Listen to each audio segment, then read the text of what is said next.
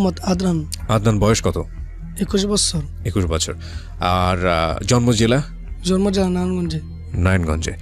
প্রথমে আমরা ব্যাকগ্রাউন্ডে থাকবো, আমরা দেখবো যে কি করে আপনি অপরাধের দিকে গেছেন। জি, আপনি শুরু করুন। আমার জানার মতো যখন আমি ক্লাস 5-6 পড়ি, প্রায় 4-5 বছর, তখন আমি অনেক দুষ্ট ছিলাম। আমার যেই ফ্রেন্ড সার্কেল ছিল সবার সাথে অনেক ফান করতাম, মজা করতাম। আর আমার আব্বু এমন একজন ছিলেন কোরআন হাফেজ। আমাদের পরিবারে ধার্মিক পরিবার ছিল। আমরা ভাই সবাই মাসার লাইনে পড়ালেখা করছি। বাবা কি করতেন আপনার? বাপ তখন মাসার জব করতো, শিক্ষকতা করতো, মাদ্রাসায় জব করতো। জি। আপনি কিছুটা নার্ভাস মনে হচ্ছে, কিছুটা নার্ভাস, কিছুটা ভয় পাচ্ছেন, অনেক স্পিডে কথা বলছেন। আমার মনে হয় আপনি একটু ধীরে ধীরে কথা বলেন, সবার জন্য বুঝতে সহজ হবে। কয় ভাই বোন ছিলেন আপনারা? আমরা 3টা ভাই 1টা বোন। 3টা ভাই 1 বোন। আপনার পজিশন? আমার পরে সবচাইতে ছোট আমি। সবার চেয়ে ছোট। ওকে। যে সময় গল্প করছেন ওই সময় আপনার বয়স কত? প্রায় 5 বছর। 5 বছর। আপনি কি তখন স্কুলে যান? মাদ্রাসায় যাই। মাদ্রাসাতে যান। ওকে, বলেন তারপর।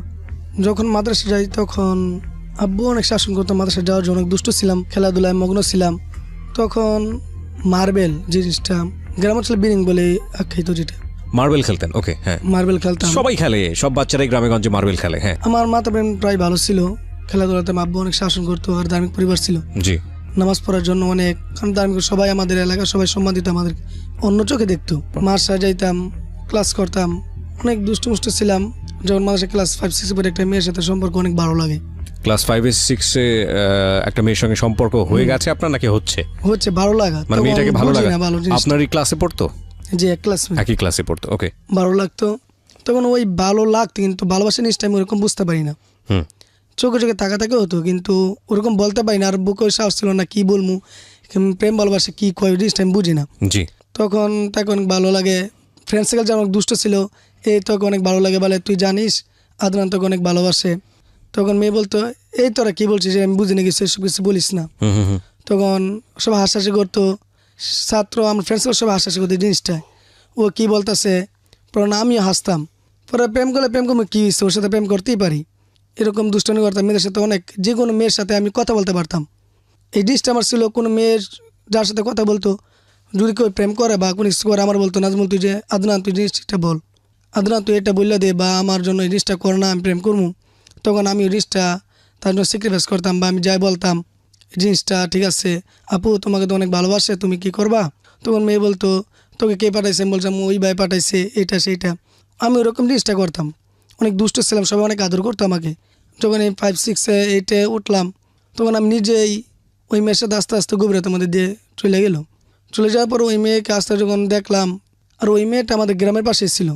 যখন মার্বেল নিয়ে খেলাধুলা করতাম, তখন আমরা নাকি মোট খেলতাম।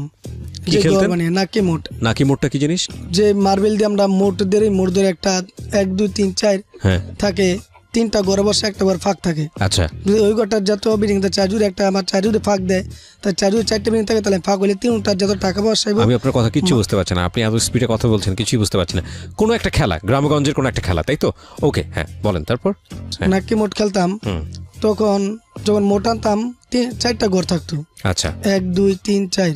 আচ্ছা। 4টা ঘরের মধ্যে যখন আমি যদি 3টা বিল্ডিং আনি বা মার্বেল আনি, যখন ওরা 1 2 3 বা 4 3-এ আমার গ্যাপ রাখলো, জি, ওই গ্যাপটা যদি আমি আনতে পারি, 3টা বিল্ডিং আমার হাতে থাকে, তাহলে সব জিনিসটা আমি পেয়ে গেলাম, সব বিল্ডিং আমি পেলাম। আচ্ছা।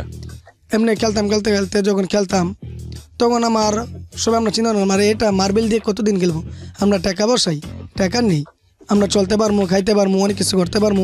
তখন আমরা টাকা বসা শুরু করলাম। যেই ঘরটার মধ্যে আমরা মার্বেল বসাতাম, ওই ঘরটার মধ্যে আমরা বিল্ডিং টাকা বসাইতাম। তখন আস্তে আস্তে টাকা দিকে লুপ গেল আমাদের। কোন ক্লাসে থাকতে এটা করলেন? এটা 7-এ থাকতে।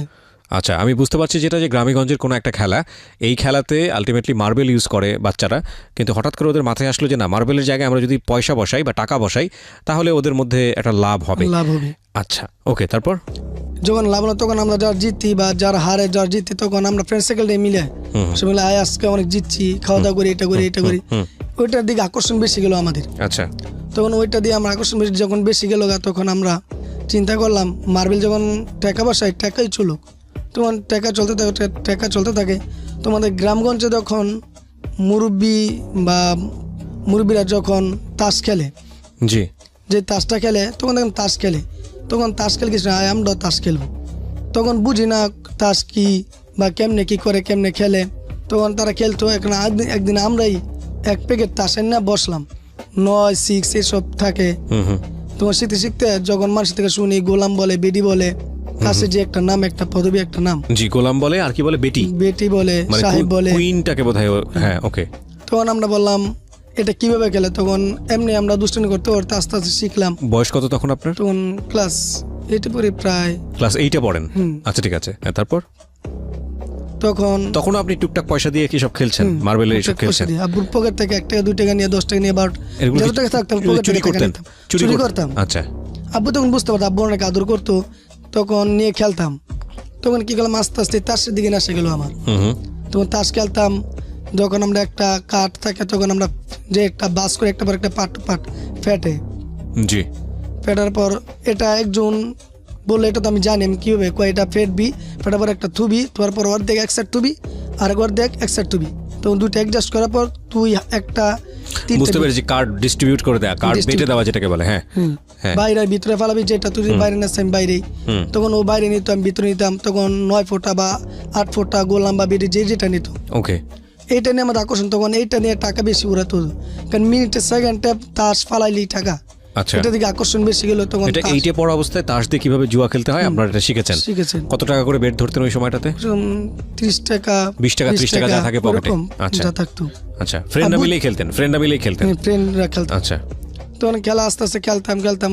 যখন ক্লাস 10-এ উঠি, তখন আমি দেখলাম এই IPL, যখন IPL বিগ ব্যাশ দেখলাম, ক্রিকেট, কাউন্টি লিগ এসব নিয়ে খেলাধুলা করে। তখন আমাদের বড় ভাই ব্রাদার যারা ম্যাচ ধরতো, এটা আপনি জানলেন কিভাবে বড় ভাইরা? যখন আমি দোকানে যাইতাম, দেখতাম ওরে মোবাইলে নেটে সার্চ করার পর দেখতাম ওরা বলতো, ইস এই বলে সাইড হয়ে যেত, তাহলে তো জিতে যেতাম। আচ্ছা, এটা বলতো। তখন আমরা বললাম, ভাই এটা কিভাবে হয়?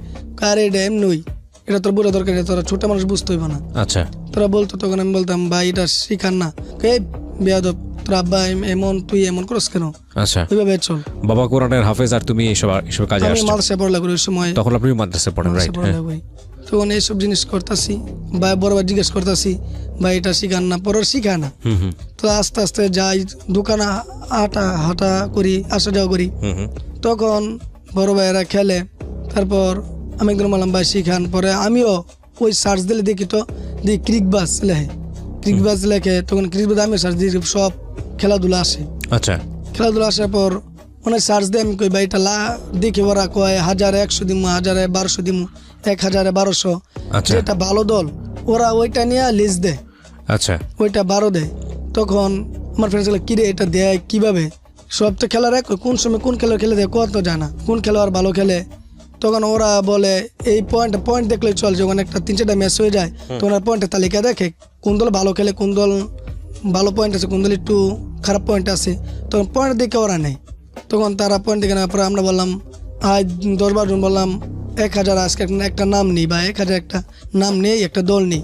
তখন 10 জন মিলে 100 টাকা করে 10 জন 1000 টাকা ধরতাম। ধরছে আবার এমন একজনের সাথে, আমরা তো বড় ভাইয়ের সাথে আন্ডারস্ট্যান্ড নাই। তখন কয়েকটা ছেলে থাকে যারা ছোট হলে একটু টাকা বেশি উড়ায়, তাদের সাথে হলো। তার সাথে বললাম, ভাই আমার একটা নাম ধরাই দে না, আমি এমন ধরমু। কয় না তো ধরলাম তো না, 10 টাকা 20 টাকা খাস, এটি ধরলে পরে বড়দের মতো আব্বারা জানবো, অনেক রাগারি করবো আমাদেরকে। না জানতো না, তোরা আমার ধরাই দিই। পরে একটা নাম ধরাই দিল। ধরাই দেওয়ার পর ওই ম্যাচটা আবার জিতার পর মনে উৎসাহ লাগে, আরে 1000-1500 দিচ্ছিল, 500 টাকা লাভ। 1000-1500 উৎসাহ লাগে, আরে 1500 জিতে লাইছি, অনেক কিছু হয়। একটা দৌড়ি পরে এমন ধরতে দৌড়ি, একটা আরি আর পর দূর আরি এমনি চলতো না, একটা বড় ডাইন নেই। পরে আবার আব্বুর পকেট থেকে একদিন নিচ্ছি 200 টাকা নেওয়ার পর সবাই মিলে যেমনি জোগাড় মরে 3টা নাম নিচ্ছি 3000-এর, 3000 5000 দিব। 3000 পুরাটা আইরে গেছি আমরা। আর যাওয়ার পর হাই কি হইলো, কি আইরা গেলাম, ফ্রেন্ডসরা সবাই মিলে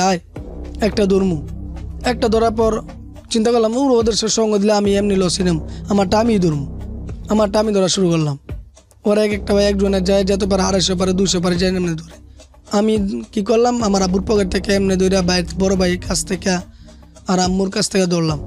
টাকা নিয়ে আম্মু 100 টাকা লাগবে, এক জায়গায় যাবো, আব্বু টাকা লাগবে, সেইটে ট্রেনে পড়ি, টাকা দিতই, ছেলে একটু বড় হয়েছে, টাকা চাইতে পারে।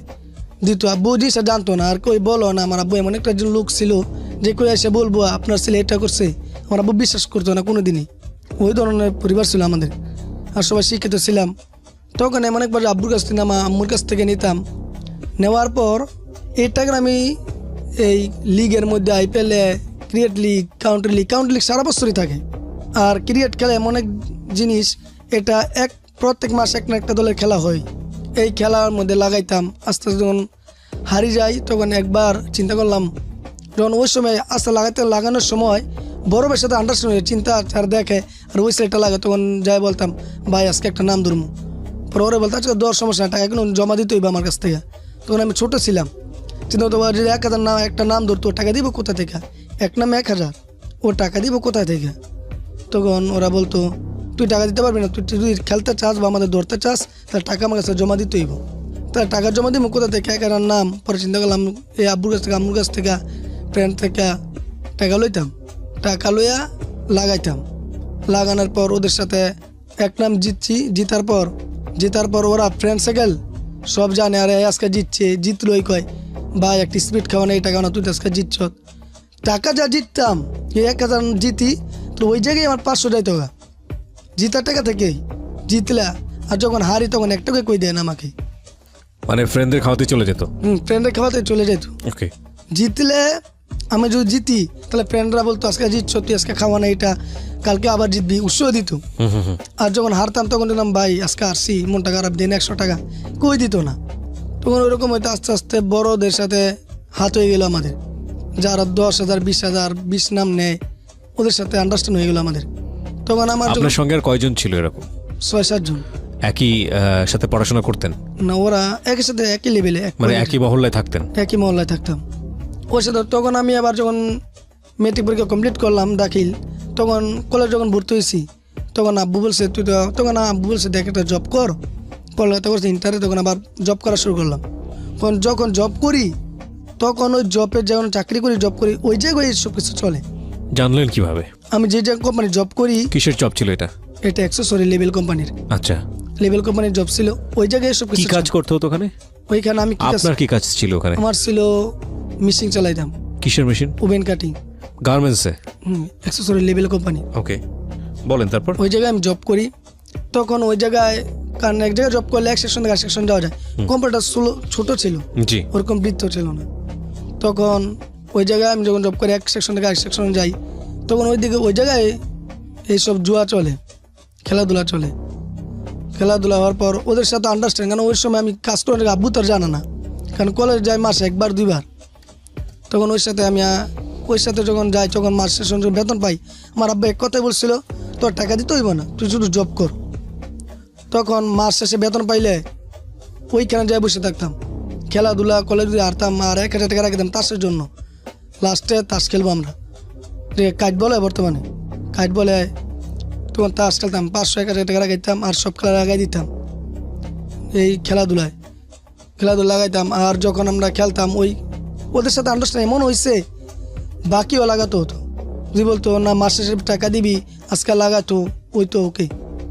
যেমন আজকে একটা খেলা গেল, আজকে লাগাই দিলাম ভাই, আজকে টাকা নাই, বেতন পাইলে টাকা দিব, স্যালারি পাইলে, তারা ওইটাই মানতো। তখন ওদের সাথে খেলতাম। আস্তে আস্তে এমন এক সময় যেছে যখন আমার বেতন 5,000 টাকা, আমি ধরতাম 15,000 টাকা বাজি ধরতাম।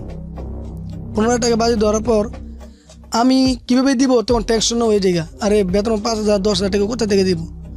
তখন আর বেশি নাম ধরা শুরু করি, 10,000 20,000 ধরা শুরু করি। ওকে, আপনার এই স্টোরিটা আমি কিছুটা কনফিউজ। আমাদের এখানে বেশ কয়েকজন এরকম যারা এইসব কাজে পয়সা ব্যয় করতে গিয়ে একেবারে নিঃস্ব হয়ে গেছেন। একটা খুব বিখ্যাত প্রাইভেট ইউনিভার্সিটি থেকে একজন এসেছিলেন, খুব বিখ্যাত একজন মৌলানা কিছুদিন আগে এসেছিলেন, তিনি বলেছেন। তো অলরেডি আপনার স্টোরির এসেন্সটা মানুষ জানে যে আপনার ঘটনাটা কোন দিকে যাচ্ছে, কিন্তু আপনার বলার স্টাইল যেরকম, এই জায়গাটা থেকে আমাদের লিসনাররা আসলে 2 ঘন্টা আপনার সঙ্গে থাকবে কিনা সেটা নিয়ে আমার যথেষ্ট সন্দেহ আছে। কারণ যেহেতু এটা একটা অডিও মিডিয়া এবং এখানে ঠিকমতো বলতে পারাটা খুব ইম্পর্ট্যান্ট। আপনি আপনার যেভাবে গল্প আপনি করছেন তাতে আমাদের লোকজন, যেটা আমি দেখতে পাচ্ছি, রিপ্লাই যেটা দেখতে পাচ্ছি, তাতে খুব বেশি তারা এটাকে খুব বেশি মনোযোগ দিতে পারছেন না। আমি একটা কাজ করতে চাই প্রিয় শ্রোতা, আপনারা আপনাদের মতামত জানান যে ও আসলেই বলার সুযোগটা পাবে কিনা পুরো 2 ঘন্টা। যেটা হয়েছে যে এই জুয়াটা করতে গিয়ে ওর জীবনটা অনেকখানি ধ্বংস হয়ে গেছে, সেই ধরনের স্টোরি। কিন্তু ওর যে ধরনের বলা, তাতে আপনারা ঠিকমতো বুঝতে পারছেন কিনা, ওকে সামনের দিকে সুযোগ দেওয়া উচিত কিনা, আপনাদের মতামতের উপরে আমি বাকি সময়টুকু কন্টিনিউ করব। যদি আপনি মনে করেন যে না, ওকে আসলে কন্টিনিউ করতে দেওয়া উচিত এবং ও কন্টিনিউ করুক, তাহলে আপনি ভোট প্রদান করবেন ইয়েস বলে। যদি মনে করেন যে না, ও যা বলছে সেটা আসলে শোনার মতো না, কিংবা খুব বেশি কনসেন্ট্রেশন প্রদান করাও যাচ্ছে না, তাহলে আপনারা ভোট প্রদান করবেন নো বলে। But the story is important. So যেটা করতে হবে, আপনাকে SMS করতে হবে। SMS করার নিয়ম, মানে ভোট দেবার নিয়ম হচ্ছে, আপনি লিখবেন ইয়েস অথবা নো। আমি আবারও বলছি, আপনি লিখবেন ইয়েস অথবা নো, এরপর পাঠিয়ে দেবেন 16260 এই নাম্বারে। আমি আবারও বলছি, ইয়েস অথবা নো লিখবেন, লিখে পাঠিয়ে দেবেন 16260 এই নাম্বারে। একটি নাম্বার থেকে একটা মাত্র ভোট কাউন্ট করা হবে, সুতরাং বেশি বেশি SMS করার কোনো প্রয়োজন নেই। আমরা একটু পরেই জেনে নেব কম্পিউটারের কাছ থেকে SMS পোলের রেজাল্ট। আমি যতটুকু বুঝি যে এই কাজটা করতে গিয়ে আপনার পরিবারের একটা বড় ক্ষতি আপনি করেছেন, জি। এবং আমরা লিসনারদের মতামত পেলেই কেবলমাত্র আপনাকে কন্টিনিউ করতে দেবো। একটু বিরতিতে যাওয়ার আগে আপনার কাছ থেকে একটু জানতে চাই যে আপনার বাবার আয় রোজগার কতটুকু, সেটা আমরা আপনার কথা শুনেই আমরা বুঝতে পারছি। কত পরিমাণ আপনি আপনার পরিবার থেকে লস করেছেন, কি পরিমাণ অ্যামাউন্টের অর্থ, মানে কি কত টাকা লস করেছেন? প্রায় 4.5 লক্ষ। 4.5 লক্ষ।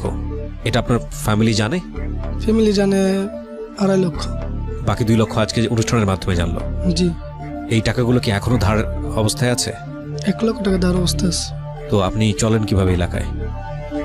চলি মানুষের উপরে দেখ, আমার আব্বু এমন, আমার আব্বু অনেক কষ্ট পাইব, সব অনেকটা জানলে যা জানছে তাই ম্যানেজ করে দিব। এখনো কি এসবের মধ্যে আছেন, নাকি এখান থেকে সরে এসেছেন? এর মধ্যে সরে আছি, কিন্তু অনেক নেশার মধ্যে আসক্ত। এখন নেশা করেন? জি। কি নেশা করেন?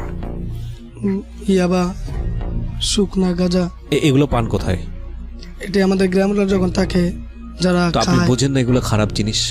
জি বুঝি। যখন টাকা আসছি তখন এমন হয়েছে, শুধু খাইতাম, আমি জীবনে কল্পনা করি ওই নাই। টাকা আসার পরে গিয়ে আপনি মূলত এগুলোর প্রতি এফেক্টেড হয়ে যান। Affect হয়েছে। মানে যখন- টাকা যেহেতু পকেটে আছে, সুতরাং খাইতে থাকি যা জি। ইচ্ছা করি। এছাড়া অন্য ধরনের কোনো অনৈতিক কাজ করেছেন? মেয়েদের সঙ্গে মেশা, উল্টাপাল্টা করা, ফিজিক্যালি রিলেশন এগুলো করেছেন? মানে কোনো কিছু বাদ দেননি আর কি? জি না। আপনার গলার যে অবস্থা আজকে, আপনার যে অবস্থা, এটা কি মূলত নেশা করার পর থেকে এরকম, নাকি আগে থেকে এরকম ছিল? আগে দেখতে আগে থেকেই ছিল। কথা গুছিয়ে বলতে পারেন না, এবং ঠিকমতো বলতেও পারছেন না। আপনি পড়াশোনা কমপ্লিট করেছেন না? এখনো পড়ালেখা করি। কিসে পড়েন? বিয়ে পড়তেছেন। ভবিষ্যতে চিন্তা কি, বেরোতে পারবেন এই জায়গা থেকে, নেশা থেকে বা অন্য কোনো? যে অবশ্যই চিন্তা ভাবনা আছে এখান থেকে বেরো পরে। লাস্ট কবে নিয়েছেন লাস্ট নেশা? গতকালকার আগের দিন। গতকালকের আগের দিন। কি নিয়েছেন? ইয়াবা। ইয়াবা। কত টাকা লাগে একটা নিতে? 120 টাকা। 120 টাকা। এটা যে খান, এটা খেলে কি হয়? এটা খেলে একটু চোখ মুখ লাল হয়, যেমন বুকের ভিতর যেমন শুকনা মুখনা লাগে ওরকম। এই শুকনো লাগে, লাভটা কি? লাভটা কিছু না, যেমন একটা অনুভূতি লাগে, ভালো লাগে, দূর খাই এরকম লাগে ফিলিংসটা। মানে সিগারেটের মতো অবস্থা? সিগারেটের মতো। সিগারেট এমন একটা জিনিস, খাওয়ার পর সিগারেটটা না খেলে মাথাটা অন্যধরন হয়ে যায়, খাওয়ার পর সিগারেটটা লাগে। প্রিয় শ্রোতা, আমরা বিরতি থেকে ফিরে এসে আসলে অডিও মিডিয়াতে না বুঝলে সমস্যা, বলারের স্টাইল যার তার, কিন্তু না বুঝতে পারলে এটা নিয়ে আসলে আগানো খুব মুশকিল। তারপরেও আপনাদের অনুমতি চাচ্ছিলাম, আপনারা যেটা বলবেন সেটাই। তো সেখানে আমরা দেখতে পাচ্ছি 85% হচ্ছে নো ভোট, মানে ওনারা বলছেন যে আসলে কন্টিনিউ করতে দিতে চান না। আদনান, আমি সরি, আমাদের বিষয়টা সম্পূর্ণই আমাদের শ্রোতাদের হাতে, তারা যেটা বলেন সেটাই আসলে কন্টিনিউ হয়। আপনার এই যে আপনার গল্পটা শুনতে চাচ্ছে না বা শোনার জন্য আপনাকে ফ্লোর দিতে চাচ্ছে না, আপনার লিসনারদের উদ্দেশ্যে কিছু বলার আছে কিনা একেবারে শেষ বেলায়? আমি একটা কথাই বলতে চাই, আমি যেসব কাজগুলি করেছি এইসব জিনিসগুলা যেন কেউ আর না করে, কারণ একটা ছেলের কাছে একটা পিতামাতা অনেক কিছু চাওয়ার থাকে। এসব নেশা আসক্ত না হওয়া মাদকের দিকে। আর আমি আপনাদের কাছে থ্যাংক ইউ। এবং আপনি নিজে এটা ফলো করেন, আপনি মানুষকে উপদেশ দেওয়ার আগে নিজে আগে ফলো করেন, কারণ গত পরশুদিন আপনি ইয়াবা নিয়েছেন, আপনি একটু আগে বলছিলেন। আপনি নিজে যদি এটা বুঝে বের হয়ে আসতে পারেন তাহলে আমার মনে হয় সেটা সবচেয়ে ভালো হবে। প্রিয় শ্রোতা, আমরা যেহেতু তাকে আর ফ্লোর দিচ্ছি না, আমাদের অনুষ্ঠানের সময় বাকি আছে, আমরা আরও একজন গেস্টকে আমাদের স্টেজে আমন্ত্রণ জানাবো। এই ফাঁকে প্রিয় শ্রোতা, আপনাদের সবাইকে জানিয়ে রাখছি, ইতিমধ্যেই শুরু হয়েছে রেডিও আম্বার 102.4 FM আমার একটি নতুন শো, যে অনুষ্ঠানটির কথা হয়তো বা অনেকেই জানেন। মাইক্রোফোন টেস্টিং 1024, যেখানে বাংলাদেশের ছড়িয়ে ছিটিয়ে থাকা অসম্ভব প্রতিভাবান শিল্পী যারা আছেন, যারা কোথাও কোনো ফ্লোর পান না কিন্তু খুব ভালো গান, তাদের সুযোগ ঘটছে একটা অনুষ্ঠানে একটা এপিসোডে নিজেকে প্রকাশ করবার। আপনি যদি খুব ভালো গান করেন এবং আপনি যদি মনে করেন এই অনুষ্ঠানটিতে আপনি অংশগ্রহণ করবেন, তাহলে এই নাম্বারটিতে ফোন দিতে হবে এবং নাম্বারটিতে ফোন দিয়ে ফোন থেকে আপনি যে নির্দেশনা পাবেন সেই অনুসারে আপনি কাজটি করবেন। ফোন নাম্বারটি হচ্ছে 09611001024। আমি বাংলায় বলছি এবং ধীরে ধীরে বলছি, 096101001024। এই নাম্বারটিতে ফোন দিয়ে আপনি নির্দেশনা অনুসারে আপনি কাজটি করবেন। আর এমনও হতে পারে এই অনুষ্ঠানের মধ্য দিয়ে সারা বাংলাদেশ আপনাকে অন্যভাবে চিনবে। সো অপেক্ষা করছি আপনার কলের। তারা তাদের ভুল বুঝতে পেরে, পরিণতি বুঝতে পেরে, নিজের বিবেক বোধের জায়গা থেকে লাখ লাখ মানুষকে সচেতন করবার জন্যে আমার সামনে খুব কাছাকাছি একটা চেয়ারে বসে নিজের জীবনের ভুলগুলো বলেন। সুতরাং তাদের দিকে আঙ্গুল তোলা আমাদের উদ্দেশ্য নয়। আজকের এই গল্পটা অনেকখানি নিজের সীমাবদ্ধতার জায়গা থেকে, ফিলিংসের সীমাবদ্ধতার জায়গাটা থেকে আপনাকে অনেকখানি গেস্টের দিকে আঙ্গুল তোলার জন্যে ইমোশনের জায়গাটা থেকে বারবার ভেতর থেকে তাড়িত করবে। কিন্তু আপনাদেরকে প্রথমেই বলে নিচ্ছি, যিনি গেস্ট তার জায়গায় নিজেকে চিন্তা করুন, তার জায়গায় আপনি যাতে কখনো এরকম ভুল না করেন, সেজন্যই আমাদের এই অনুষ্ঠান। সুতরাং গেস্টের দিকে আঙ্গুল তোলা নয়, আঙ্গুলটা নিজের দিকে তুলুন। ওকে শুনে আপনি ভালো থাকুন, ওর পরিণতি জেনে আপনি ভালো থাকুন। শুরু করছি আমাদের সিক্রেটস, এবং একই সাথে আমি আপনাদেরকে বলবো ঢাকা এফএমের যে পেজটিতে আপনারা যারা কানেক্টেড আছেন কিংবা আমার পেজটিতে যারা কানেক্টেড আছেন, এখানে যে পোস্ট দেওয়া হয় ফেসবুক পোস্ট, সেখানে আপনারা কমেন্টস করবেন, প্লিজ কমেন্টস করবেন এই গল্পটা চলাকালীন সময়ে। কারণ যে কমেন্টসগুলো আপনারা করছেন এখানে, গেস্ট যিনি আসেন তিনি প্রত্যেকটি কমেন্টস এবং আমি খুঁটিয়ে খুঁটিয়ে পড়ি, সুতরাং কমেন্টস করবেন। ওকে, প্রথমে আপনার নামটা একটু বলুন। আমার নাম মোহাম্মদ শাকিল হোসেন। শাকিল হোসেন, আপনি তো সিক্রেটস অনুষ্ঠানটা শোনেন। জি। আপনার কখনো কি মনে হয়েছে যে এই অনুষ্ঠানে গিয়ে যদি আমি আমার কথাগুলো বলি সেটা আমার জন্য ক্ষতির কারণ হতে পারে? না, কেন মনে হয়নি? আমার কাছে মনে হয় যে আমি যদি এটা বলি তাহলে আমার আমার ভিতরে যতটুকু সেন্সিটিভ বিষয়গুলো আছে এগুলো সবাই জানতে পারবে। আমি যে ভুলগুলো করছি সেই ভুলগুলো অন্য করবে না। রাইট। এই প্রশ্নটা আমাকে অনেকেই করেন যে ভাইয়া তোমার এখানে যারা আসেন, মানে সিক্রেটস অনুষ্ঠানে অনেক বড় বড় ভুল করা, অপরাধ করা মানুষ, তাদের কি কোনো সমস্যা হয় না? তাদের পরবর্তীতে কোনো সমস্যা হয় না?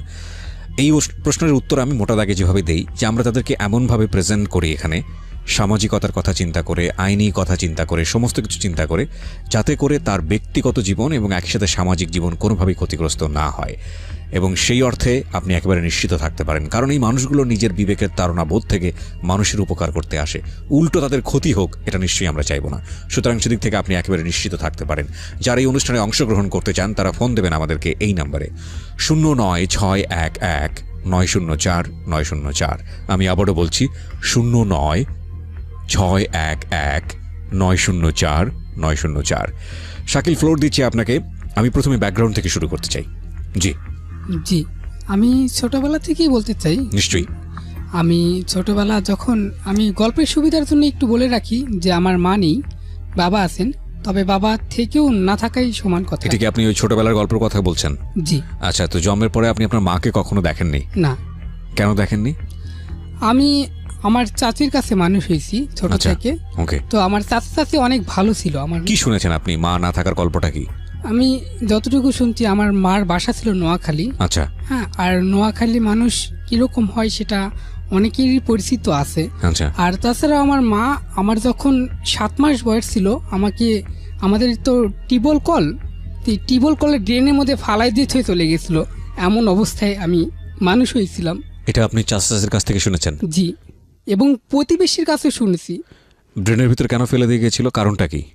কারণ আমার বাবার সাথে একটু গন্ডগোল হয়েছে, গন্ডগোল হওয়ার কারণে আমাকে ফালাই দিয়ে চলে গেছে। এই স্মৃতিটা নিয়ে আপনি বড় হয়েছেন? জি।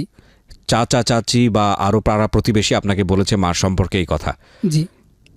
যখন আপনার জ্ঞান হয়েছে তখন কি মাকে গিয়ে কখনো এই প্রশ্নটা করার সুযোগ পেয়েছেন যে মা তুমি আমাকে কেন ট্রেনের ভিতরে ফেলে দিয়ে চলে এসেছিলে? না, সুযোগ পাইনি তো কখনো। তো তাকে এখন পর্যন্ত তার কোনো খবরই পাইনি আমি। জানেনও না আপনার মা কোথায় আছে? না। কেউ আপনাকে কখনো বলেওনি? না, কেউ কখনো বলেনি। আপনার কখনো জানতেও ইচ্ছা করেনি, বের করতেও ইচ্ছা করেনি? না, আমার ইচ্ছা করেনি। কখনোই করেনি? না। কেন করেনি? কেন করেনি? আমার ইচ্ছে করতো। আমি এখন আমার বয়স 23। হ্যাঁ, তো এই পর্যন্ত একটা বারের জন্য আমার একটা সন্তান আছে, সন্তানটা কেমন আছে, আমার মা কখনো কিরকম আছে, কখনো দেখতে আসেনি। দেখতে আসেনি। তো সেই কারণে আমি কখনো আমার মাকে আমি কখনো দেখতে চাইও না। এই ঘটনার সত্যতা আমরা জানি না যে মা তাকে ড্রেনের ভিতরে আদৌ ফেলে গিয়েছিল কিনা, বা মা আসলে কি পরিস্থিতিতে তাকে ড্রেনের মধ্যে ফেলে দিয়ে গিয়েছিল। তবে ও যেটা বলেছে সেটা 100% কারেক্ট। এই জায়গাটা থেকে ওকে আমার বলার কিছু নেই যে আমার বয়স 23 বছর, এই 23 বছরে একবারের জন্য ও মা আমাকে দেখতে আসেনি। সেই জায়গাটা থেকে ও মায়ের প্রতি রাগ করতেই পারে, কিন্তু এই ড্রেনের ব্যাপারটি নিয়ে আমার বলার সেটা হলো, মাকে নিয়ে কেউ একজন বলেছে এক কথা, সেটা সন্তান হিসেবে আমি হয়তো ছোটবেলায় বিশ্বাস করেছি, কিন্তু আমার প্রাপ্তবয়স্কে সময় হয়ে গেলে আমি সেটাই বিশ্বাস করে মার কাছ থেকে দূরে থাকবো, সেটা একেবারেই অনুচিত। কজ ঘটনা তো উল্টোটাও হতে পারে যে মার কাছ থেকে দূরে রাখার জন্য আমাকে এটা বলা হয়েছে, কিংবা ড্রেনে ফেলার পেছনের কারণটা তো আমি জানি না, যেটা জানলে হয়তো বা আমি নিজেও বুঝতে পারবো যে হ্যাঁ, মার জায়গায় যদি আমি থাকতাম তাহলে ড্রেনে না, হয়তো আরও অন্য কোনো কিছু করতাম। দেখুন, কখনোই নিজের ইমাজিনেশন দিয়ে কোনো গল্পকে জাজ করবেন না, কজ মানুষের যার যার জীবনে যেটা ঘটে সেই আসলে জানে যে ঘটনার ইম্প্যাক্ট আসলে কি দাঁড়াতে পারে। Otherwise it can be imagine. Okay, বলুন, একেবারে ছোটবেলায় আছি আমরা। জি, আমার যতটুকু মনে আছে সেখান থেকেই বলতেছি। আমার যখন 9 বছর বয়স, তখন আমি ফার্স্ট স্কুলে ভর্তি হই। হ্যাঁ, তখন আমি ফার্স্ট স্কুলে ভর্তি হই 9 বছর বয়সে, কারণ আমাদের ফ্যামিলিতে অনেক অভাব ছিল। আচ্ছা। অনেক অভাব ছিল, এমন সময় গেছে আমরা 3 বেলার খাবার একবারও পাইনি। আমার চাচি একটা বাসা বাড়িতে কাজ করতো, আর আমার চাচা তখন অনেক অসুস্থ ছিল। তো তখন আমরা 3 বেলার খাবার একবারও পাইনি। আমি পড়বো কিভাবে? রাইট। একটা কলম কেনার টাকা নেই, সেখানে আমরা পড়বো কিভাবে? তারপরেও আমি অনেক চেষ্টা করছি এই পড়াশোনা করার জন্য। তো আমি তখন 9 বছর বয়সে ক্লাস 1-এ ভর্তি হলাম। ভর্তি হওয়ার পরে ভর্তির রোল ছিল আমার 82 ভর্তি রোল।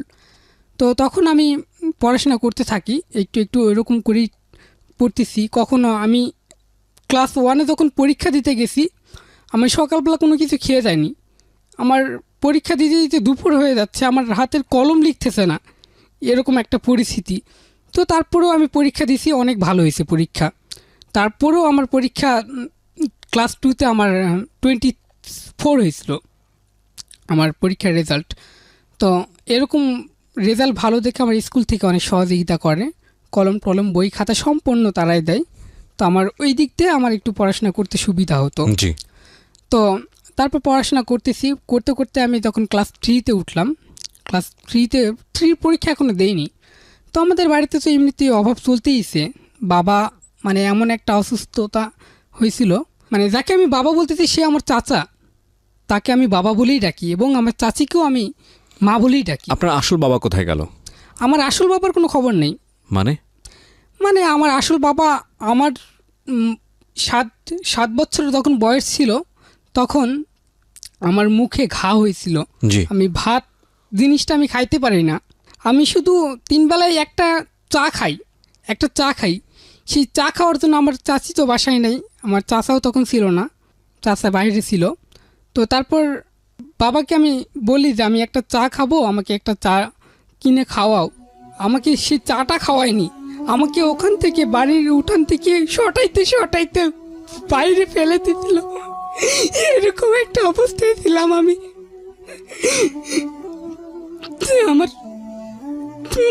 আমার বাবা বা মা, আমি কখন এরকম আদর পাইনি। যে যার বাবার কাছ থেকে কখনো এই ধরনের ট্রিটমেন্ট পায়নি, সে কখনো বিলিভ করতে পারবে না যে কারো বাবা কখনো এরকম কোনো কিছু করতে পারে। এটা খুব বড় ফেইলার যে সন্তানকে আপনি ভালোভাবে মানুষ করতে পারবেন না, তাকে পৃথিবীতে আপনি কেন আনলেন? কত বড় ফেইলার হতে পারে এটা, আনথিঙ্কেবল। তো এই চাচা চাচির কাছেই মানুষ হয়েছেন আপনি, এবং এরপর বাবার খোঁজ খবরও ছিল না কোথায় গেছে, কি করতেছে? না, ওই তারপর থেকে বাসা থেকে চলে গেছে। আর কোনো ওই আমাকে মারার পর থেকে মানে আমার চাচি আসে অনেক বকাঝকা করে যে কেন তুমি ওকে মারলা, কেন তুমি ওইভাবে একটা চা তুমি খিলাতে পারো না, তুমি কিসের বাবা হইছো, তুমি কেন জন্ম দিছো?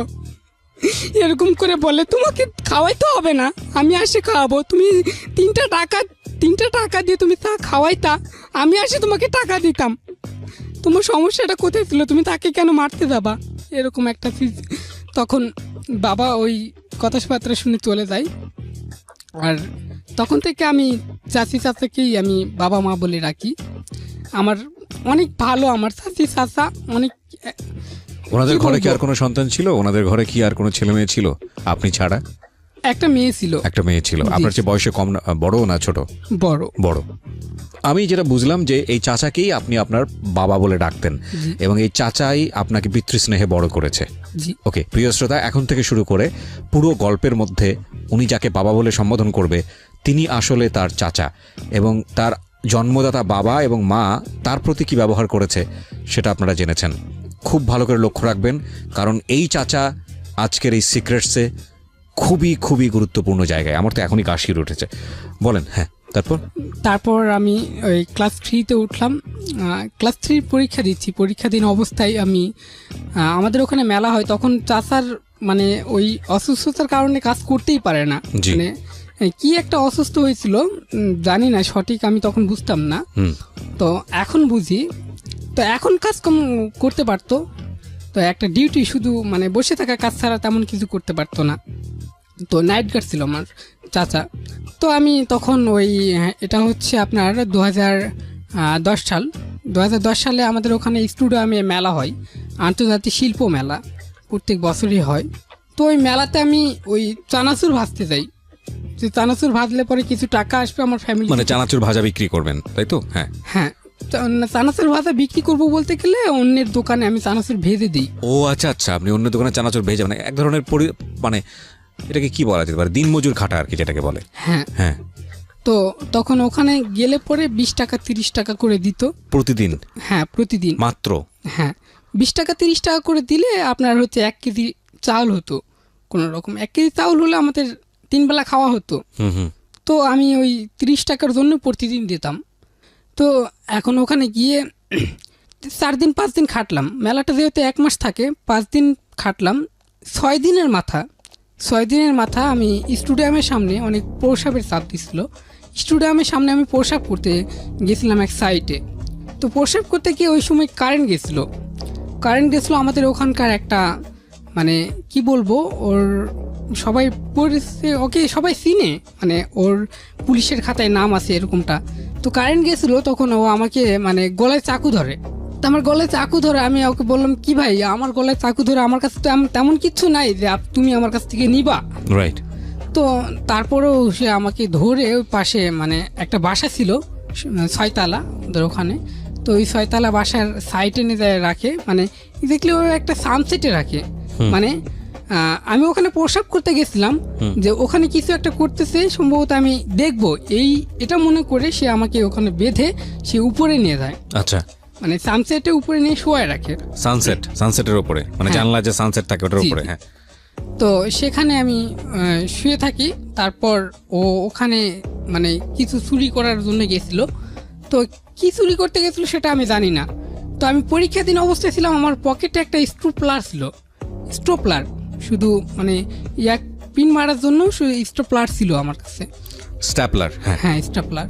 তো ওই জিনিসটা আমার পকেটে ছিল। তো ও কি করতেছিল জানি না, এরকম করতে করতে ওর বাসার মালিক আসে, তাকে দেখে ফেলার ফলে ও দৌড়ধাপাতে পালানোর পরে পুলিশ চলে আসে কিছুক্ষণ পরে। পুলিশ? হ্যাঁ, পুলিশ এসে অলরেডি আমাকে দেখে। ওখানে দেখার পরে পুলিশ আমাকে ধরে। পুলিশকে আমি অনেকবার বলছি যে আমি এইসবের মতো কোনো জড়িত না। আপনার তো হাত পা বাঁধা থাকার কথা ওইখানে। হাত পা বাঁধা, আমি হাতের বাঁধনটা খুলছিলাম। মানে যেই সময়টা আমাকে ধরছে সেই সময়টাতে আমি হাতের বাঁধন খুলে ফেলছি। আচ্ছা। হ্যাঁ, তো হাতের বাঁধন খুলে আমি পায়ের বাঁধনও খুলে ফেলছি। সেই সময়টাতে আমাকে ধরছে পুলিশ। হ্যাঁ, তো ধরার পরে ওটা রাত্রি 4টায় আমাকে ধরছে। ধরার পরে মানে কি এতক্ষণ ধরে, এই সন্ধ্যার সময় ধরে নিয়ে গিয়ে আপনাকে রাত 4টা পর্যন্ত ওখানে রেখেছে? হ্যাঁ, রাত 4টা পর্যন্ত আমি ওখানে ছিলাম। রাত 4টার পরে আমি পায়ের বাঁধন খুলতে পারছি। আচ্ছা, মানে আপনাকে ধরেছে কখন? ঘটনাটা হচ্ছে রাত 12টায়। আচ্ছা, ঘটনাটা ঘটেছে, আপনাকে ধরেছে রাত 12টার দিকে। হ্যাঁ, ধরে নিয়ে গিয়ে 4টা পর্যন্ত আপনাকে সানসেটের ওপর রেখেছে। হ্যাঁ। আচ্ছা, তারপর তো 4টার পুলিশ আসলো কার ডাকে শুনে? পুলিশ ওই মালিকের ডাকে আসছিল, আচ্ছা। আসে পুলিশ ওখানেই ছিল এবং মেলাতে তো এমনি নিরাপত্তা আচ্ছা, দেওয়ার জন্য ছিল, ওকে। ওখানেই ছিল পুলিশ। ওখান থেকে ডেকে নিয়ে এসছে পুলিশকে। হ্যাঁ, হ্যাঁ।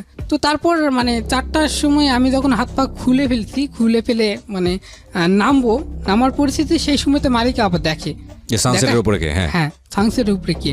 তো তারপর ওই পুলিশরা সঙ্গে সঙ্গে আসে, এসে আমাকে ধরে ফেলার পরে মানে আমি অনেকবার বলছি, তারপর আমাকে বিশ্বাস করেনি কখনো। তো বিশ্বাস যখন করেনি তখন তারা আমাকে থানায় নিয়ে গেল। থানায় নিয়ে যাওয়ার পরে ওই ছেলেটাকে তো আমি চিনি, সে তো সবার পরিচিতই। তারপর তার নামটা আমি বলার সঙ্গে সঙ্গে তাকে ধরার পরে সকালবেলা তাকে ধরছে বাসায় গিয়ে। ধরার পরে আমাকে মারধর করেনি অবশ্য, চর থাপ্পড় মারছে, কিন্তু আমাকে ওখান থেকে ছেড়ে দিবে থানা থেকে, সে ছেড়ে দেওয়াটা আমাকে দেয়নি। তো ওরা বলছিল যে তোমাকে আমি ছেড়ে দেবো, তুমি নামটা বলো। তা আমি তো নাম অবশ্যই বলবো, আমি তো এখানে কোনো সন্ত্রাসী না, আমি চুরিও করিনি, কিন্তু নাম অবশ্যই বলবো। তো তারপর তারা বিশ্বাস করেনি, তারপরে তাকে ধরার পরে দুজনকে একসঙ্গে চালান দিল এবং ওর সঙ্গে আপনাকেও দিয়ে দিল চালানে। হ্যাঁ, শুধু ওই স্টপলার দিয়ে মাত্র 800 টাকার মামলা। স্ট্যাপলার দিয়ে 800 টাকার মামলা দিল পুলিশ। হ্যাঁ। 800 টাকার মামলা কি হিসেবে?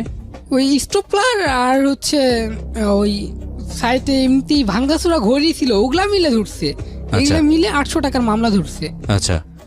তারপরে আমাকে চালান দেয়, কোর্টে ওঠানোর সুযোগ হয়নি। বিকাল 4টার দিকে চালান দেয়, কোর্ট থেকে ডাইরেক্টলি অনুমোদন দিয়ে দেয়। হ্যাঁ, অনুমোদন দিয়ে দিছে, দেখেইনি, দেখার আগেই তারা অনুমোদন দিয়ে দিছে। তখন জেলে গেলাম। তখন আমি তো মানে হাজতি না, কোয়াইদি। জেলে চলে গেলেন? হ্যাঁ। কি বলেন আপনি? My goodness. আপনি কোর্টে গিয়ে কোনো কিছু বলার সুযোগ পাননি? না। দেখেই আপনাকে জেলে দিয়ে দিল? আমাকে দেখেইনি, না দেখেই তারা অনুমোদন দিয়ে দিছে। What a shame man. Okay, তারপর আমি যখন জেলে যাওয়ার পরে তো অনেক কান্নাকাটি করি। তবে আমার ফ্যামিলি খবর পেলো, চাচাচাচি খবর পেলো? আমার ফ্যামিলি খবর পাইছে 5 দিন পর খবর পাইছে। ততক্ষণ আপনি জেলে? হ্যাঁ। কয়েদির জায়গায় ছিলেন? হ্যাঁ, বলেন।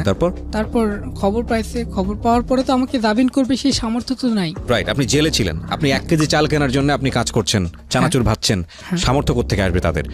যেটা আপনি বলছিলেন যে আপনি জেলে গেলেন, ফার্স্ট এক্সপিরিয়েন্স আপনার জীবনে জেলের, আমি একটু শুনতে চাই, কি দেখলেন ওখানে? তো তারপর আমি জেলে গেলাম। ওখানে মানে আমাদের ওখানে 5টা ওয়ার্ড ছিল। জি। ওখানে কিশোর ওয়ার্ড ছিল। তো কিশোর ওয়ার্ডের মধ্যে বৃদ্ধ রাখা হতো এবং কিশোর যারা তাদেরকে রাখা হতো। এই এদের এই 2 মিলে একটা রাখা হতো। তো ওখানে থাকি, দায়িত্ব আমি অনেক কান্নাকাটি করি। তারপরে ওরা আমাকে সান্ত্বনা দিত। মানে জেলে সবার থেকে ছোট আমি ছিলাম।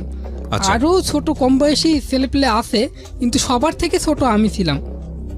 তো তারপর তারা আমাকে ওখান থেকে করে, তারপরে বাসায় যখন খবর দেয় 7 দিন পরে আমাকে দেখতে আসার পরে অনেক কান্নাকাটি করা হয়। কান্নাকাটি করার পরে সমশিবা অফিসে তারা গেছিলো।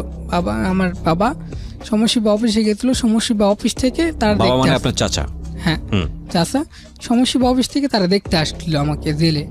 তো দেখতে আসার পরে আমাকে দেখে, সবার ছোট আমি, বয়সও কম।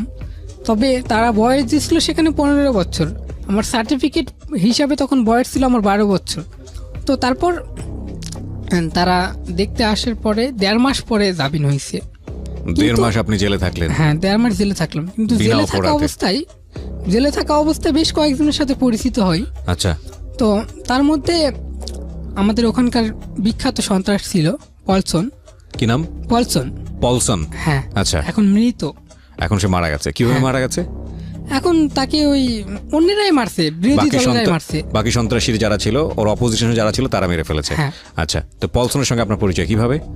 পলসনের সাথে ওই একসঙ্গে ওই দুপুর 3টার সময় ছেড়ে দিত। কোন এলাকার সন্ত্রাসী উনি? ও আমাদের ওখানকার সদরের। আপনাদের ওখানকার বলতে কোথায়? চিটাগং? এটা বগুড়া। হ্যাঁ। বগুড়া কোথাকার এটা? এটা বগুড়া আপনার হচ্ছে কালাই থানা। আপনার বাড়ি কোথায়? আমার বাড়ি বগুড়া। আপনার বাড়ি বগুড়া? হ্যাঁ। আচ্ছা, তো মস্তান গড়ে ওই সময়টাতে আপনি হচ্ছে পলসনের সঙ্গে পরিচিত হচ্ছেন। সো বগুড়ার কালাই থানার হচ্ছে হলো আপনি যেটা বলছিলেন যে সে সন্ত্রাসী ছিল। ওকে, তারপর? হ্যাঁ, তো তারপর ওই তার সাথে দেখা হওয়ার পরে সে আমাকে ভালোবাসতো। মানে জেলে তো খাবারের আইটেমে একটু সমস্যা হতো, তো সকালবেলা যেহেতু রুটি শুধু ছিল, সে আমার জন্য খিচুড়ি কোনো একটা আইটেম পাঠাইতো। ব্যাকগ্রাউন্ডে আছি আমরা প্রিয় শ্রোতা, একটা সুন্দর ভবিষ্যৎ কিভাবে নষ্ট হয় সেই জায়গাটিতে আমরা আছি, এবং নষ্ট যার জন্য আমরা করছি সে আমাদেরকে কতটুকু নষ্ট করে সেটাও আমরা দেখাবো। নষ্ট করে কি সে ভালো থাকে, তার জীবনটা কি হয় সেটাও আপনারা জানবেন। সিক্রেটস, একজনের সিক্রেটস 1000 জনের জন্য শিক্ষা।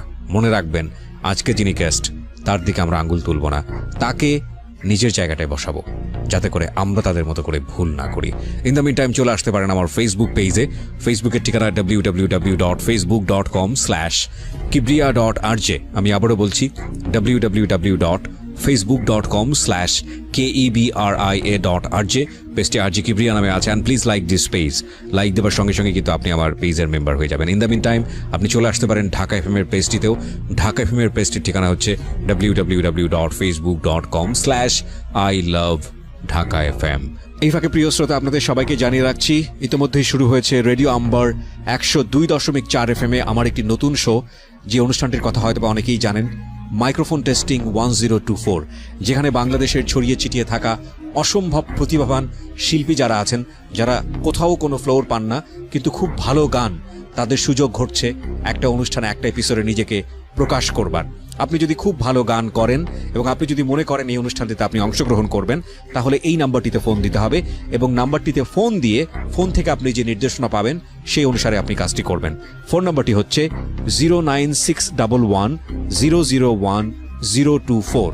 আমি বাংলায় বলছি এবং ধীরে ধীরে বলছি, 096101001024। এই নাম্বারটিতে ফোন দিয়ে আপনি নির্দেশনা অনুসারে আপনি কাজটি করবেন। আর এমনও হতে পারে এই অনুষ্ঠানের মধ্য দিয়ে সারা বাংলাদেশ আপনাকে অন্যভাবে চিনবে। সো অপেক্ষা করছি আপনার কলের। ফিরছি 2 মিনিট পর। আর শাকিল এসছে বগুড়া থেকে। শাকিল, তারপর? জি, তো তারপর কোনো একটা আইটেম পাঠাতো আমাকে খাবারের জন্য। তো তার এইভাবে 1.5 মাস কাটলাম। যখন জাবিন হয়, আমার জাবিনের সময় সে আমাকে একটা অ্যাড্রেস দিচ্ছিল। পলসন? হ্যাঁ, অ্যাড্রেসটা আমার হাতে লিখে দিয়েছিল ছোট ছোট করে, যাতে যেন বুঝতে না পারে, চেক করে। আর তাছাড়াও জেলেও আর পাওয়ার ছিল অনেক পলসনের। হ্যাঁ, যেহেতু আমি এটা কালাই থানাতে ধরা পড়ছিলাম, তো কালাই থানা থেকে এটা আপনার হচ্ছে ইয়াকে জয়পুরহাট জেলে নেয়। ওকে। তো কালাই থানা যেহেতু জয়পুরহাট এরিয়ার মধ্যে, জয়পুরহাট জেলে নেয়। তো তখন ও ওখানকার আমাকে অ্যাড্রেস লিখে দেয়। তখন জয়পুরহাটে ওই অ্যাড্রেসে যাইতে বলছিল, কিন্তু যাই নাই। তারপরে আমি বের হয়ে আসার পরে অনেক পড়াশোনা তো আর করতেই পারলাম না, আর হলো না। মানে আসার পরে এমন একটা অভাবের মধ্যে পড়লাম যে আমার মা আমার জামিনের জন্য 10,000 টাকা ধার করছিল। সেই 10,000 টাকা কোথা থেকে ম্যানেজ করবে সেই টেনশনে ছিলাম আমি, বাবা সবাই ছিল। তো আমি তখন একটা চায়ের দোকানে কাজ করতাম। জি। একটা চায়ের দোকানে ঢুকি, চায়ের দোকান থেকে আমাকে রোজ 50 টাকা দিত। 50 টাকা রোজে আমি তখন ওই চায়ের দোকানে থাকি। থেকে আমার একটা টাকা আমি খরচ করি না, 50 টাকা নিয়ে আসে প্রত্যেক দিন বাসায় দিই। তো বাসায় দিতে দিতে হঠাৎ করে আমার চাষিরও অসুস্থ হয়ে যায়, এমন জ্বরের মধ্যে পড়ে যে আমার 50 টাকা দিয়ে শুধু ফ্যামিলি খরচ হচ্ছে। তো এই ধারের টাকা যে আমরা শোধ করবো, সেই টাকাটা কোথায় থেকে পাবো? দিয়ে এরকম করতে করতে তো একদিন চিন্তা ভাবনা করলাম, দেখি ওই অ্যাড্রেসটাতে আমি যাই। তো তখন আমি ওই অ্যাড্রেসটাতে গেলাম। যাওয়ার পরে ওখানে আমি বললাম, তখন আমাকে চিনতে পারেনি। আবারও আমি নক করলাম ভালো করে। তো তারা বললো, আচ্ছা ঠিক আছে, আমরা দেখতেছি, তুমি ওয়েট করো। তো তখন তারা দেখতেছি বিকেলবেলা পলসন আসছে। আমি সকাল থেকে ওখানে ওয়েট করলাম, বিকেলবেলা পলসন আসছে। যেহেতু 3 মাস পর ওখানে গেছি, হ্যাঁ, পলসন আমাকে দেখে চিনতে পারছে, আর তাদের ছেলেপেলেরা তো আমাকে চিনতে পারবে না, কারণ তারা তো দেখেনি। তো বিকেল 4টার সময় আসার পরে পলসন আমাকে বলতেছে যে, কী ব্যাপার, কেমন আছো? হ্যাঁ, ভালো আছি। তো তোমার ফ্যামিলি এখন চলতেছে কিভাবে? ও আমার জীবন গল্প ওখানে আমার শুনছে, জেলে বসে সব গল্প শুনেছে। আচ্ছা, জেলে বসে সব গল্প শুনছে। তো তখন আমার এরকম বিষয়টা আমি খুলে বললাম যে আমার মা অসুস্থ, যে আমার জামিনের জন্য টাকা ধার করছিল, সেই টাকার ব্যবস্থা কোনোভাবেই করতে পারতেছি না। তো তখন আমাকে বললো ঠিক আছে তুমি আমার এখানে কাজ করো, কিন্তু তখন আমাকে 5,000 টাকা দিল। আমাকে 5,000 টাকা দিয়ে বললো যে তুমি 6-7 দিন পরে আসো, তোমার কাজ কামের লাইন ঘাটটা আমি ঠিক ক্লিয়ার করে ফেল দিই। তুমি 6-7 দিন পরে আসো আর 5,000 টাকা নিয়ে যায়, তোমার এই 10,000 টাকা দেওয়ার মধ্যে 5,000 টাকা মারে দাও, 5,000 টাকা দিয়ে দাও। আচ্ছা, তো তখন আমি 5,000 টাকা দিয়ে আপনি দিলাম। আপনার আঞ্চলিক ভাষায় যেভাবে কথা বলেন সেভাবে কথা বলতে পারবেন, কোনো সমস্যা নাই। মাইরে দাও বা যেটা বলতেছিলেন কোনো প্রবলেম নাই। একটা বিষয় একটু খেয়াল রাখবেন এখানে, সেটা হচ্ছে যে আমরা এখানে যাদেরকে নিয়ে আসি তারা এখানে এসে পারফর্ম করুক, এটা আমরা চাই না। তারা তাদের অন্তরের কথাগুলো মূল খুলে বলুক। সো আপনি আপনার মতো করে বলেন। আমি একটা জিনিস জানতে চাই, সেটা লাইন ঘাটের বিষয়টা বলতে উনি কি বোঝাচ্ছে? উনি কি আপনাকে ক্লিয়ার করেছিল যে উনি কোন ধরনের কাজ দিবে আপনাকে, নাকি তখনও ক্লিয়ার করেনি? না, ক্লিয়ার করেনি তখনও ক্লিয়ার করেনি। না। কিছু একটা কাজ দিবে আপনাকে, এটা আপনি জানেন। হ্যাঁ। ওই সময় লেখাপড়া কি বন্ধ হয়ে গেছে কিনা আপনার? হ্যাঁ, বন্ধ হয়ে গেছে। মানে আপনার ক্লাস 3-তে থাকা অবস্থায় লেখাপড়া শেষ? শেষ। ওকে, বলেন। তো তারপর আমি 7-8 দিন পরে গেলাম, তবে 5,000 টাকা নিয়ে গেছি বাসায়। তখন আমার চাচা বললো কি ব্যাপার, তুমি 5,000 টাকা তুমি কোথায় পেলা? তো তখন আমি বললাম যে আমি গেছিলাম এক জায়গায় টাকা কানেক্ট করার জন্য।